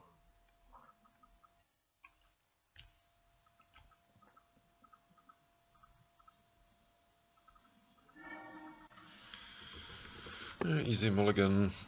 Leyline is not good if you don't have any mana, because they won't even give you Veteran Explorer mana because of Leyline. So you even turn off that road. Mulligan, slightly better. I mean, it has a turn 2 Simple Library, but on the draw, probably a bit too slow.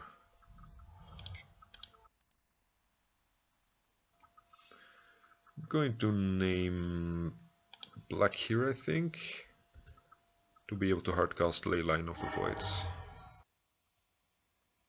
Probably should have named white and then fetch a Bayou with this if I ever wanted black.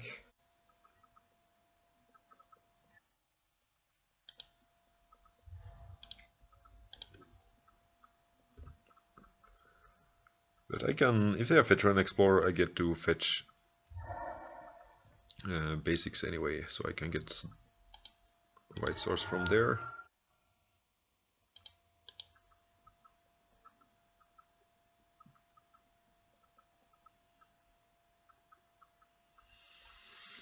And I think here we need to cast out the Evolutionary Leap, because he could play Veteran Explorer and leap into a Academy Rector.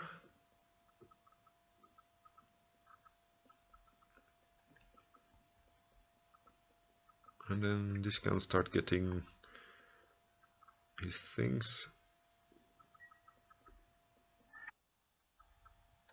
Or he could like turn the Spirit into an Academy Rector, which is not something we want. Yes, I'm gonna use Library. Didn't draw a land. Because that means I don't want Eidolon.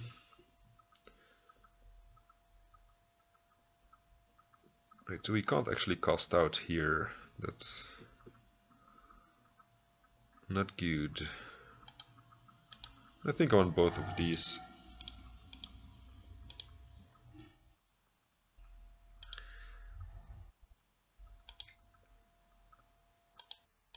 Because I need to ramp some mana here, and I need to Crewfix Insight, hope to find something.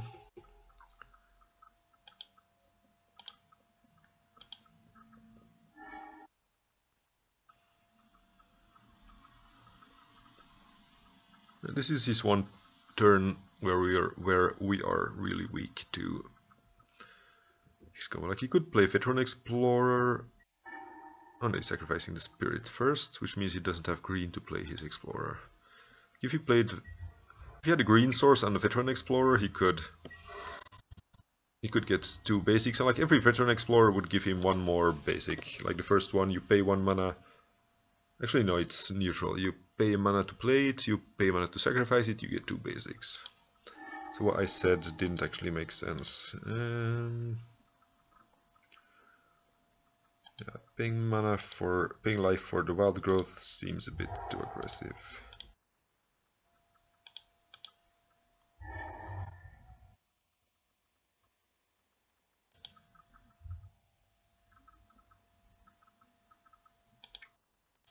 So he stepped out now, so I'm gonna cast...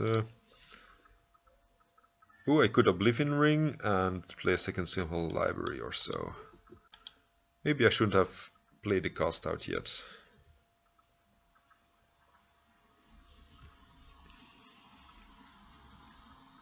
Because then we have more convert mana cost on the table in case we ever draw Opalescence.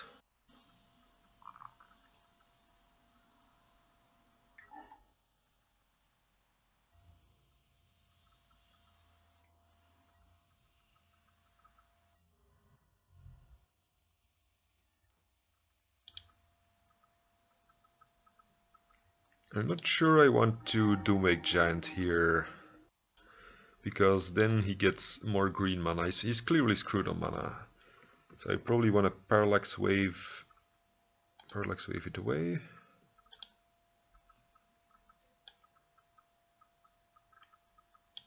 See, Parallax Wave is gonna cost 4, which leaves me with 2 more mana.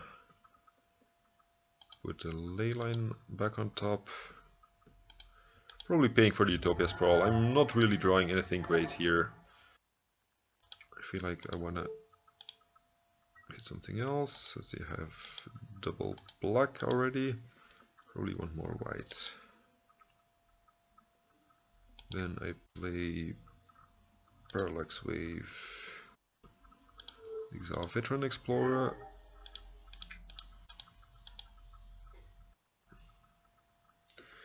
And I think I can afford to take the damage here.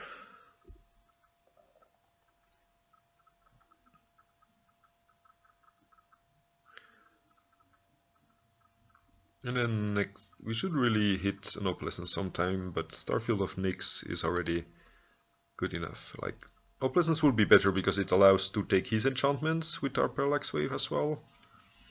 But Starfield feels equally good. And I'm gonna save myself a damage here, because we're gonna be able to recycle our counters with Starfield next turn anyway. It might come in handy, like Pernicious Deed.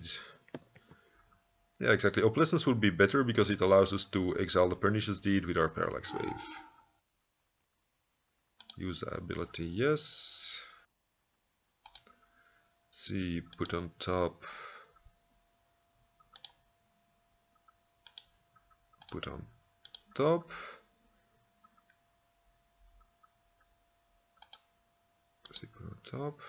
Then I can cycle here, and I get to see one more card, because this will draw me 2 more cards, and the last one is going to be, oh, Opalescence, like exactly what we wanted. Put back Oblivion Ring.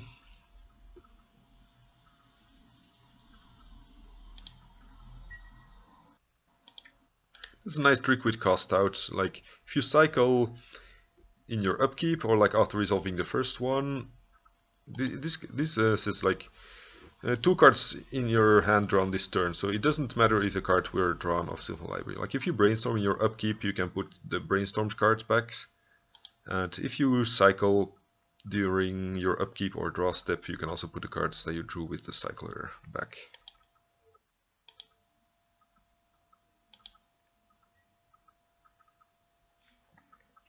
So let's see, I start by exiling the Pernicious Deed, so he can't block my stuff. Then I attack him, and then I get my thing back and I exile stuff permanently.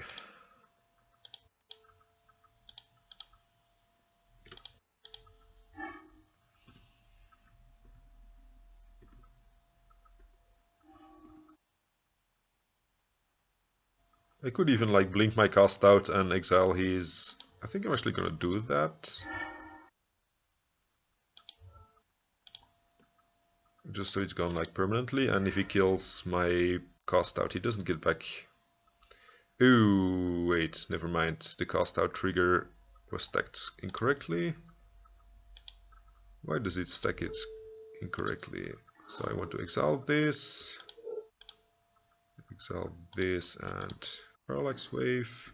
Now it should work. Nope. No, never mind. Whatever. I don't think it matters.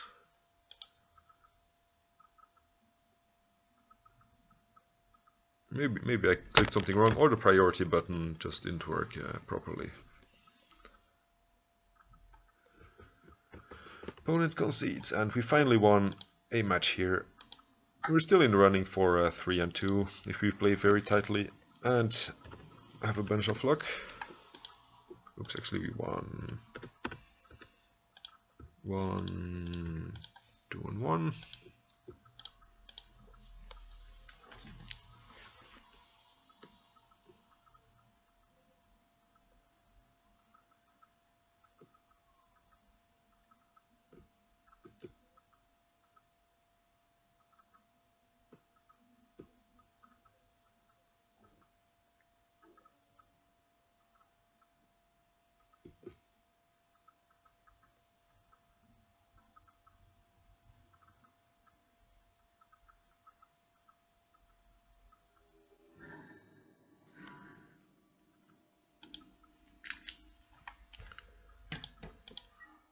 Playing against Accordingly. I think there was a Reanimator player last time I played against him.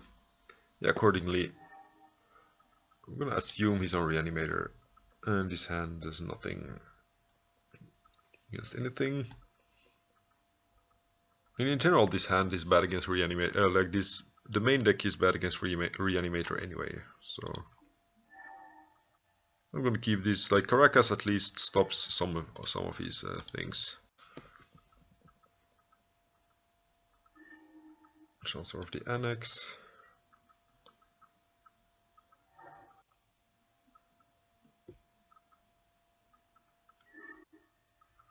Unmask targeting himself. Not me. Discards Elish Norn. Okay. Glad we have a Caracas. Like he literally hasn't got anything going on anymore.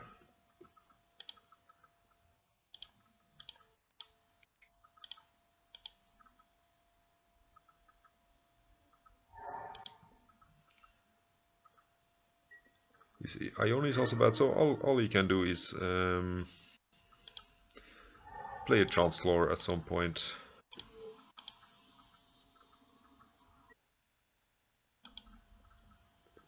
And then this Parallax Wave should be able to deal with all of his creatures except like Griselbrand drawing a bunch of cards.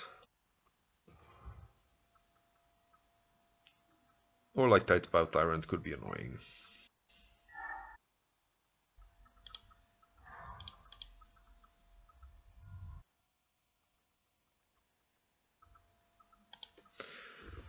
I feel like Sterling Grove for Opalescence could be good here, but I don't see a reason why we would get punished by playing Parallax Wave already.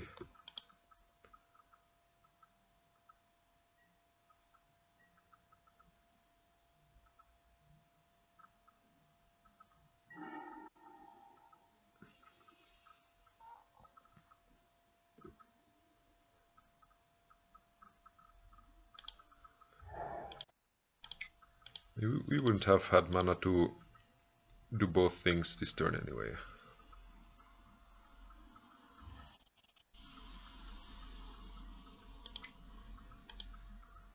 Get my Opalescence.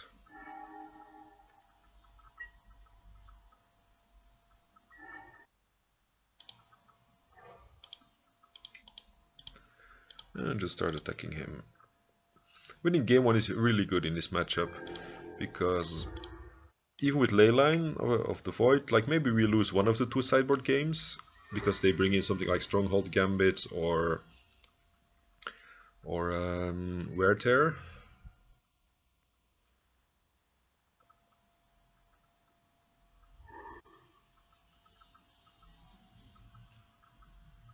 But if we already won the pre-board game, we should be able to win at least one sideboard game off. They target themselves, alright. So they can... Oh yeah, they're gonna reanimate their Chancellor, I'm gonna exile it. And they're gonna be at 1 life when I attack them. I'm gonna teach them how this works.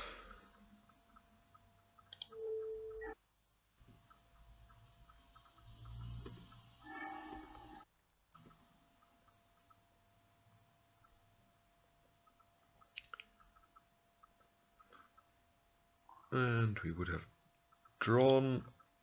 No, Chromox wouldn't have done anything. This is clearly a bio-in Forest Out matchup, because I want to be able to hardcast my Leyline of Sanctities if they get bounced or if I top deck them. This is a Parallax Nexus matchup. Probably also Leyline of Sanctity. Probably can cut a replenish. This seems slow. I think I want to keep the Sterling Groves because they could have Enchantment Destruction. Cast out seems kind of slow on Oblivion Ring, but they could just hardcast the Sire of Sire of Insanity, or like Hardcast Grizzlebrand. Enchantress presence seems slow, especially on the draw. Doomwake Giant doesn't really do a whole lot. Like, it blocks Sire of Insanity, but that's about it.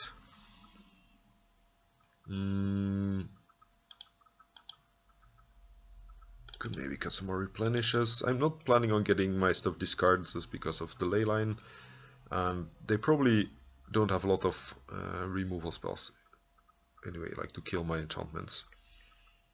Probably cut all of them, and if I see something like Reverent Silence, I probably bring them back in.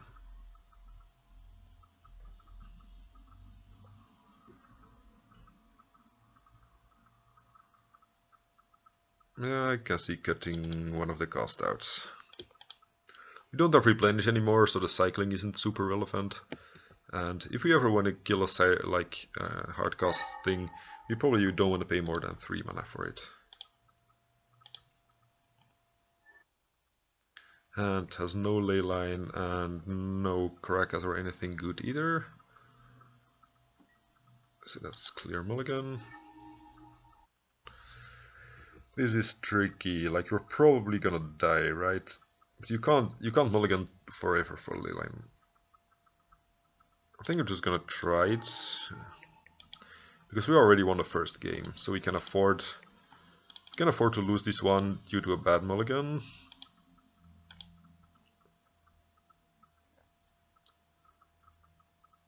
But if we had lost game 1, it would have been kind of risky, because then you mulligan to 0 and you just lose to 1-0. Opponent gets rid of Animate Dead, sure.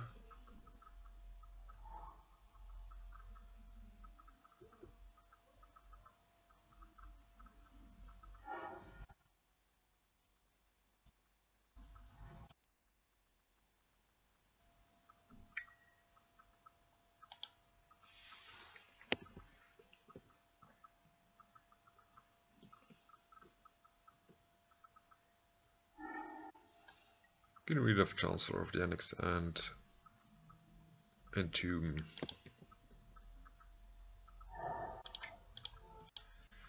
Situation like this is why Scrubland would be nice. Like, I would be able to fetch a black for hardcasting the second ley line if it was necessary, and I would still be able to get a white source for like the really many white spells we have in the deck.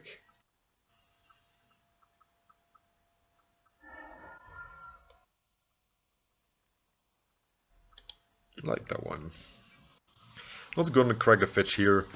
I probably want to draw. I wouldn't mind drawing another white source next turn. So I don't want to thin my deck.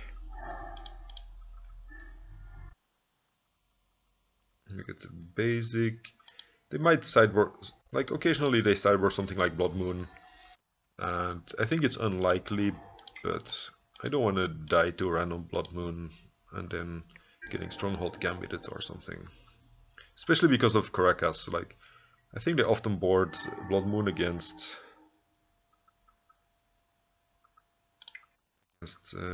Caracas decks.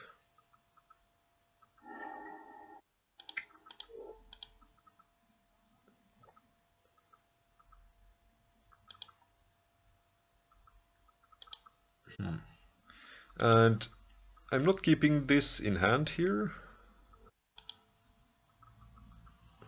Oh, come on, choose black. Come on. Not keeping this in hand here because I sideboarded out my Enchantress presences. So I think there is nothing in my deck that rewards me for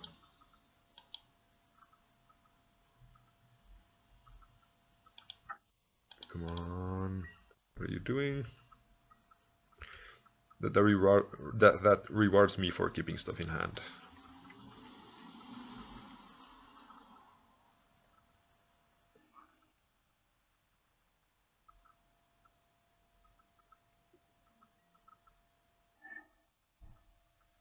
Except the land. You never actually no, they can't Thoughtseize me, so there is no reason to keep lands in hand.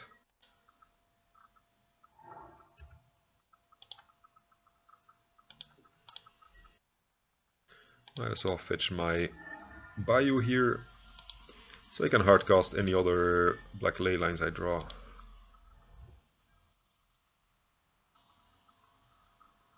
I don't think having more ley lines does anything, but still 4/4 creatures if I draw my Opalescence. I'm gonna play this out now in case they have Stronghold Gambit into Sire of Insanity. Then I would lose my Parallax Wave, and now I can just exile it.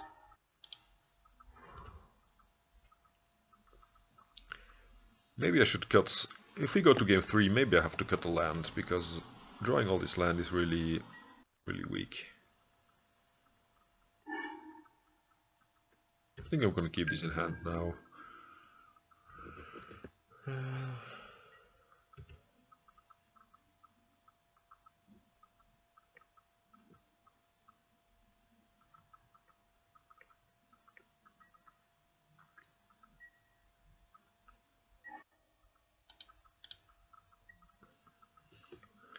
Living Ring, yeah, probably keeping that one in hand. Against any creature he gets, if he plays like Sneak Attack or something. Sterling Grove is good, but unfortunately might be a bit too slow. If something happens, yeah, like we don't get to save our Parallax Wave, because it's gonna go down to 0 counters and I can't flicker it. But I could get Starfield of Nyx, and then at least I can get my Parallax Wave the turn after.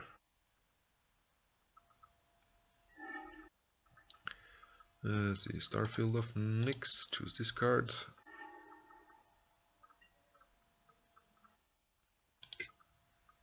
Actually, I don't get it back.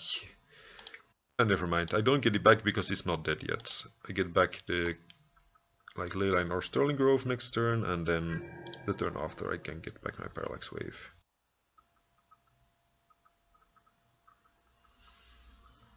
But opponent concedes to taking 12 damage here.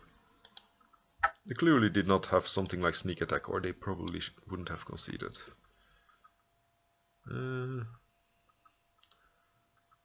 Okay, after a bad start, we are back in the game.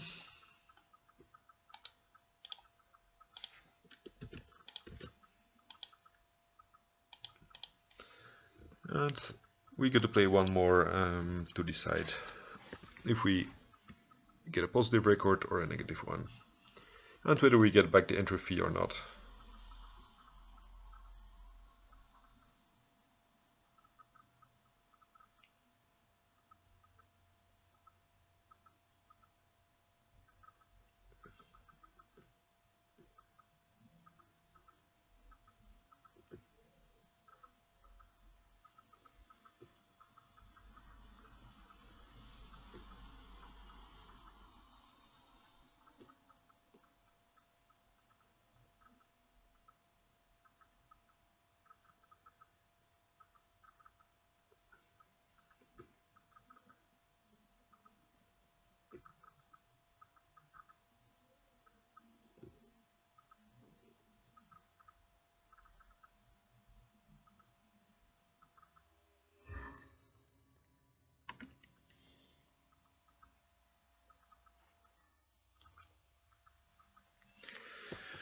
And our last opponent will be Gabba Gandalf. Oh, yeah, that's the Bug Delver player, if I remember correctly. Yeah, we lost against him. I think it was also like the last round where we ended 2-3. So he's really good at taking away our tickets.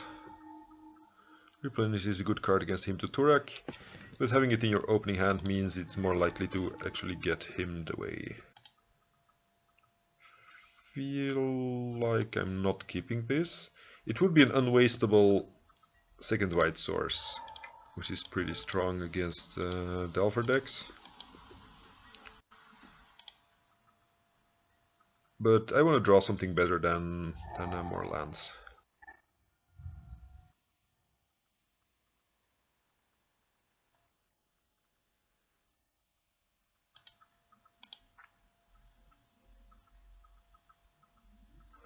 theoretically I could play Serra Sanctum, put a Wild Growth on it, and I would have 4 mana to play the Opalescence, but I think that's a bit too... Like, we haven't checked for any dazes or forces yet. This does run the risk of running into a Hymn to Turak. But yeah, I didn't want this to get wastelanded if we had the Wild Growth put under it.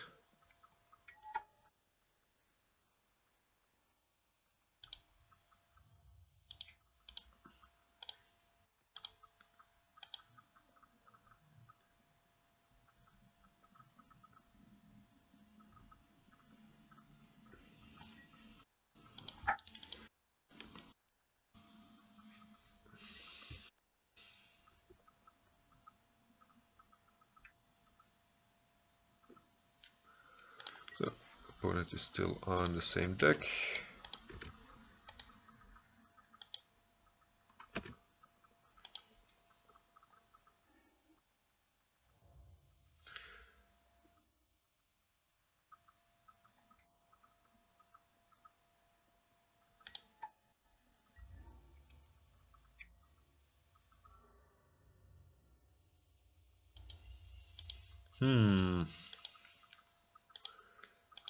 On one hand, I could cast out here, but I could also just cycle this and then try to replenish it at some point. I think that's what I want to do.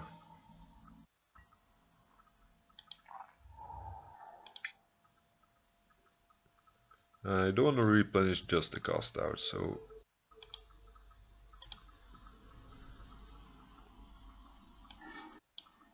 Ooh, Sylvan Library is good, Starfield is good. I think I could take the Enchantress Presence. I could take second Sylvan Library in case this one gets countered, but drawing cards seems good as well.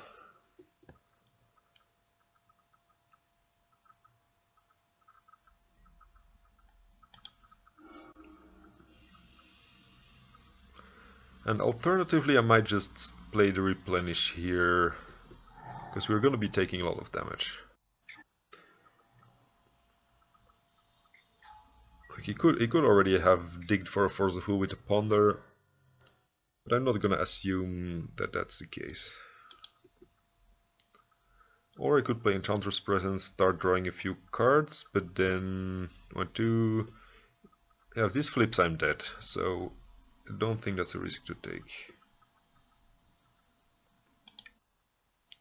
I have 6 mana. If I play the Wild Growth first, I can still cast the Enchantress Presence after the Replenish resolves or is countered, so I think that's worth it. They already wastelanded me twice, so this Serra Sanctum is in less danger.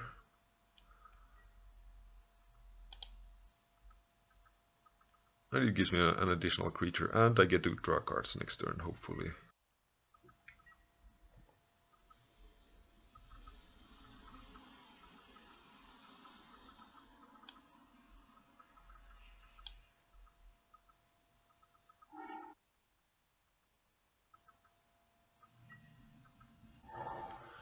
Reveals Fatal Push, so they get to kill my cast out. They do get Revolt of the fetch line, so they can kill the Enchantress Presence or the cast out. But I think I'm fine with those. Like, Sylvan Library is most important. I just need to find my Parallax Wave. Like, they clearly did not have a Force of Will last turn, so it would be kind of unlikely if they would have drawn one this turn. They did Brainstorm, but in their upkeep. Oh, these are both bad. And next turn I take 5, so I can actually afford to pay some life here. But it's gonna be my last time. Definitely put that one back. So let's see, Starfield resolves. It gets back Enchantress presence and Sylvan Library. Draws me one card deeper. I think I still pay here, just to dig a card deeper with the library. All I need is Parallax Wave.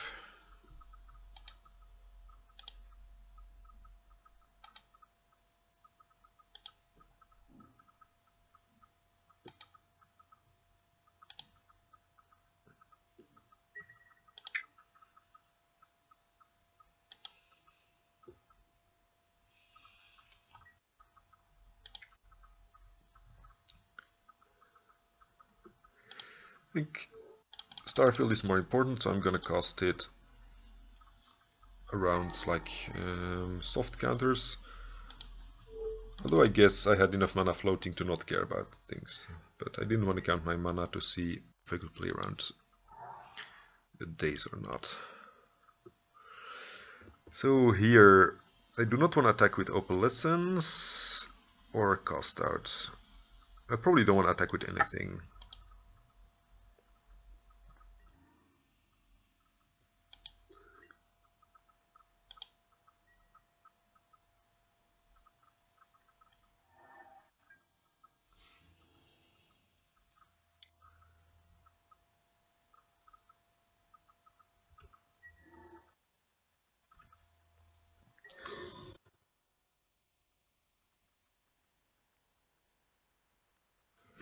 Return my presence.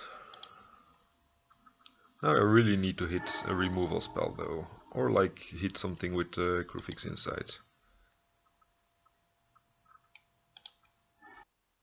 Oblivion Ring takes care of Delver, but not... I mean, I can't fetch anymore, so I gotta put that one back. And if I play Oblivion Ring, I'm gonna draw 2 cards. So I'm gonna actually draw the Crufix inside as well.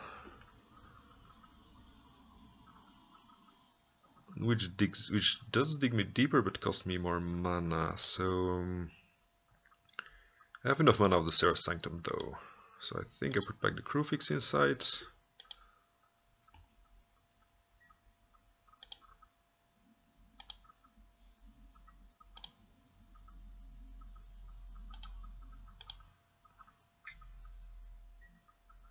Abrupt Decay my presence.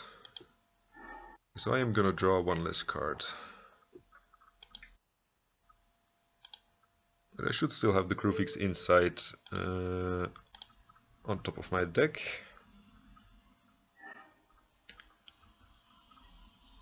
Target. Actually, does this matter which one I take? I could take Deathrite. I'm dead to either, right? Might as well take the Insectile Aberration.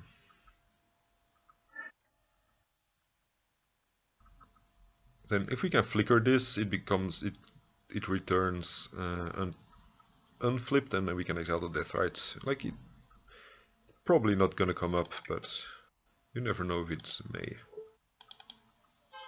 So this needs to find Parallax Waves, hopefully several of them.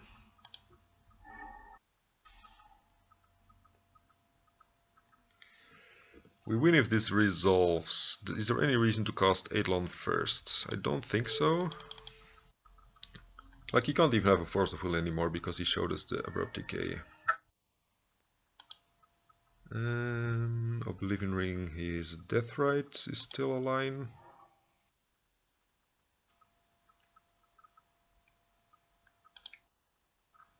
I think I'm just gonna play this first. Draw a bunch more cards.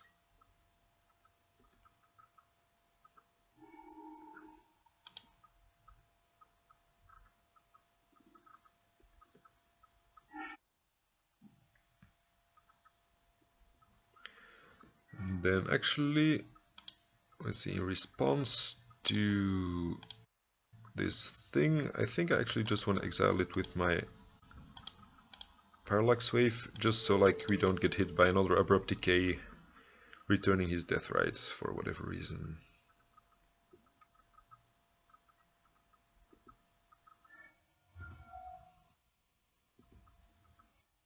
Draw a card of Eidolon. Draw a card of Eidolon. I have no idea how much damage this is, but this could be lethal. Yeah, it's exactly lethal +1. I think he plays him to Turek, so that would make it a Leyline of Sanctity matchup.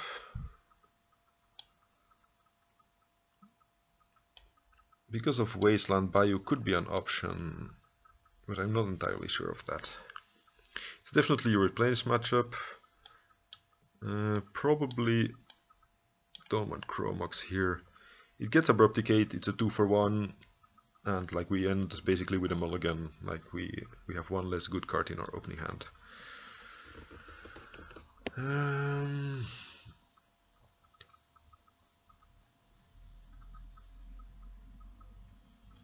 Doing giant blocks Tarmogoyf, and it could potentially kill Delvers if it's necessary, or like True. Now maybe he has True Names. I think I have to keep this in to hedge against True Name. I feel like this guy brings in Surgicals though, so there maybe the replenishes are not as good. Now we're on the draw. I think I cut the Eidolon. On the draw it's slow. Enchantress Presence. Yeah, I'm gonna cut some of the slower cards on the draw here, and then see what kind of hate he brings in.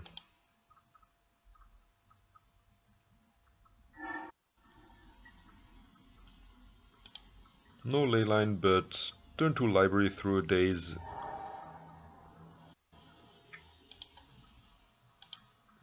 And if he doesn't have a fetch land, we are not gonna get himmed next turn anyway.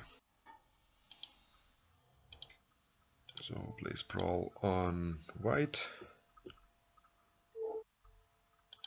And I can even protect my library afterwards with a Stolen Grove, which seems like it should be a good card against Abrupt Decay decks.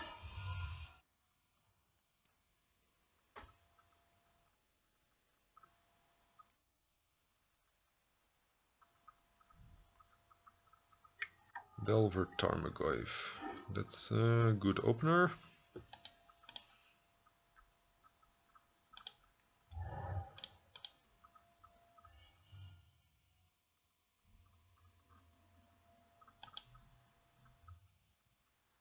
I think I'm gonna start with library and probably play the second Wild Growth as well. So next turn, if we draw extra cards of this library, we get to actually cast them.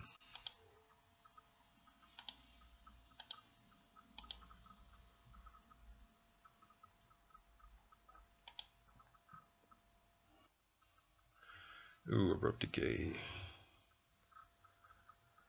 That's gonna hurt.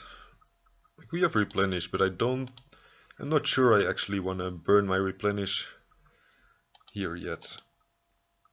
Because I could sacrifice this first, but then yeah, I actually can't do that. I can't pay 3 for playing this and sacrificing and then replenishing.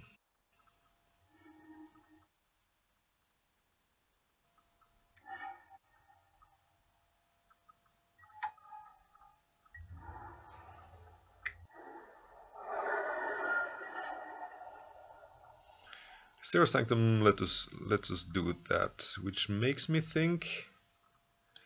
See, how much damage is this? This is 4, 7, 11. Yeah, I actually need to do that here. So play out the Stoning Grove first. Always F6ing. Float some mana. Get me a Parallax Wave. It's probably the only thing that's gonna save us next turn. And then replenish here.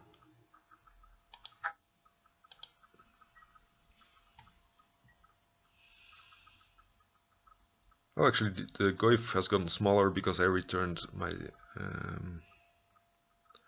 enchantments as well. So we're gonna take 10 here, and then we should be able to exile all this stuff. Unless if he has a counter up.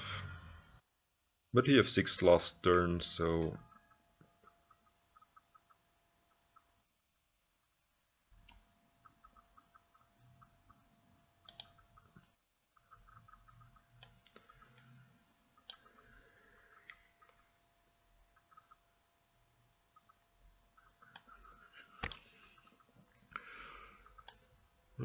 cycling cast out doesn't do anything. We can exile. Let's put that one back.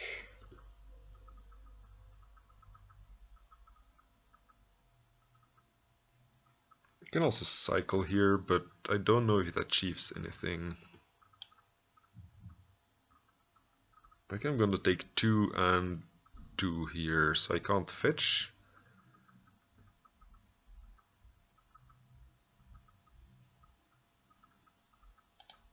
I think I'm gonna cycle. I didn't count it out, but...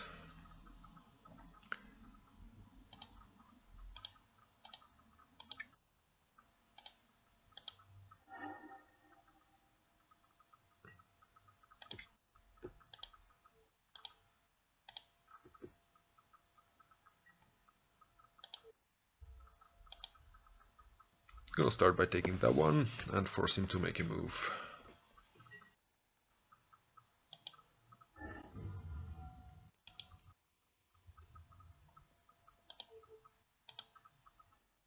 I need to take the Tarmogoyfs. Gonna do it here just so I don't run into a stifle. And I think I actually need to get an Opalescence here, right? I can do it in my own turn.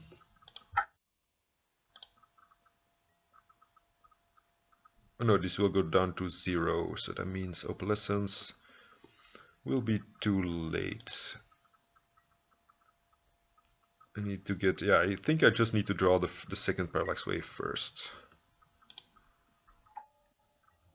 And exile these 2 creatures. And then I need to get Opalescence.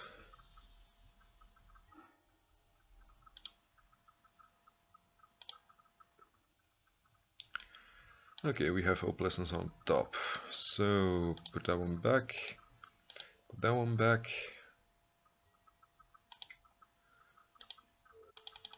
If we survive a turn, we probably win.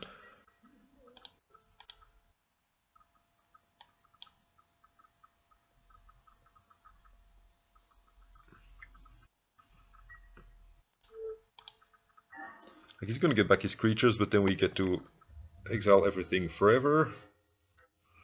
A good surgical me, shuffle my library, but I can Sterling Grove it back to the top anyway.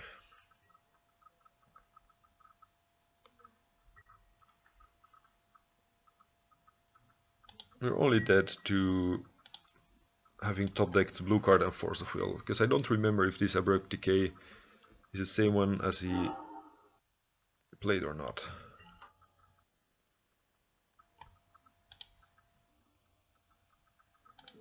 Let's see, put back. Put back.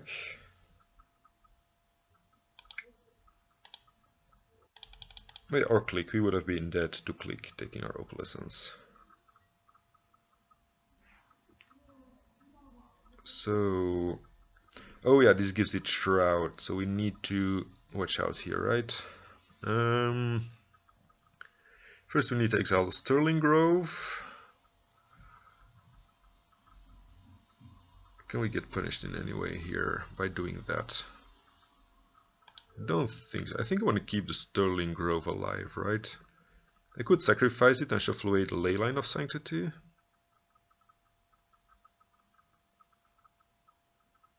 But what would I even get here? Another Parallax Wave in case something happens? Or like an Oblivion Ring, a Cast Out, in case he has like a Pithing Needle? Oh, I think I exile the Sterling Grove first, then blink this. I don't think there is anything he can do that stops this. He could have Cross and Grip or so, but he would be able to Cross and Grip anyway. if we sacrificed our Stolen Grove.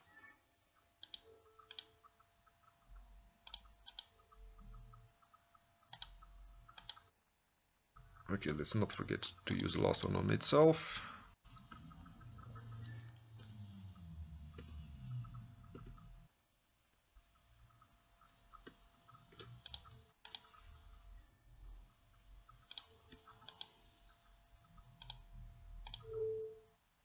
So we have both of those.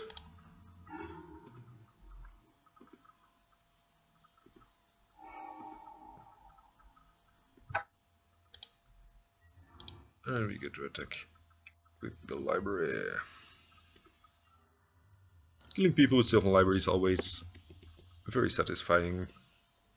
It's a card that often kills people in general, but it never kills them literally.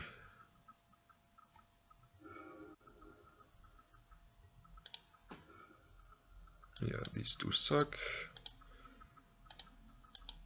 On the one hand, I feel like there could be some merit to shuffling these away with Sterling Grove, but the Sterling Grove isn't really being a problem for us right now.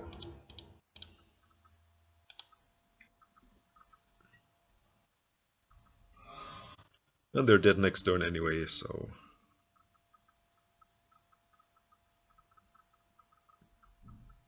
Alright. Opponent concedes, that's very unexpected.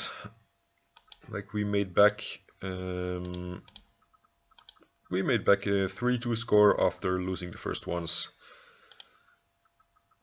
So that's a happy finish. Like I actually had started thinking that the deck stopped working, but it just proved that it's still, if it works, it works, and otherwise it's sometimes miserable. But games we lost, like against Miracles, was close, I think, especially the first ones. And against Show and Tell, I could have kept open Caracas and probably won there. I mean, maybe not won, but I would have had a chance. I mean, he could just have played Sneak Attack and untapped and played the double creature the turn after. So yeah, the Miracles match was winnable. Probably the Sneak Attack one we would have lost anyway. But anyway, deck is strong. Send me some suggestions if you want to see anything else for the last week that I'm playing online, and hear from you soon.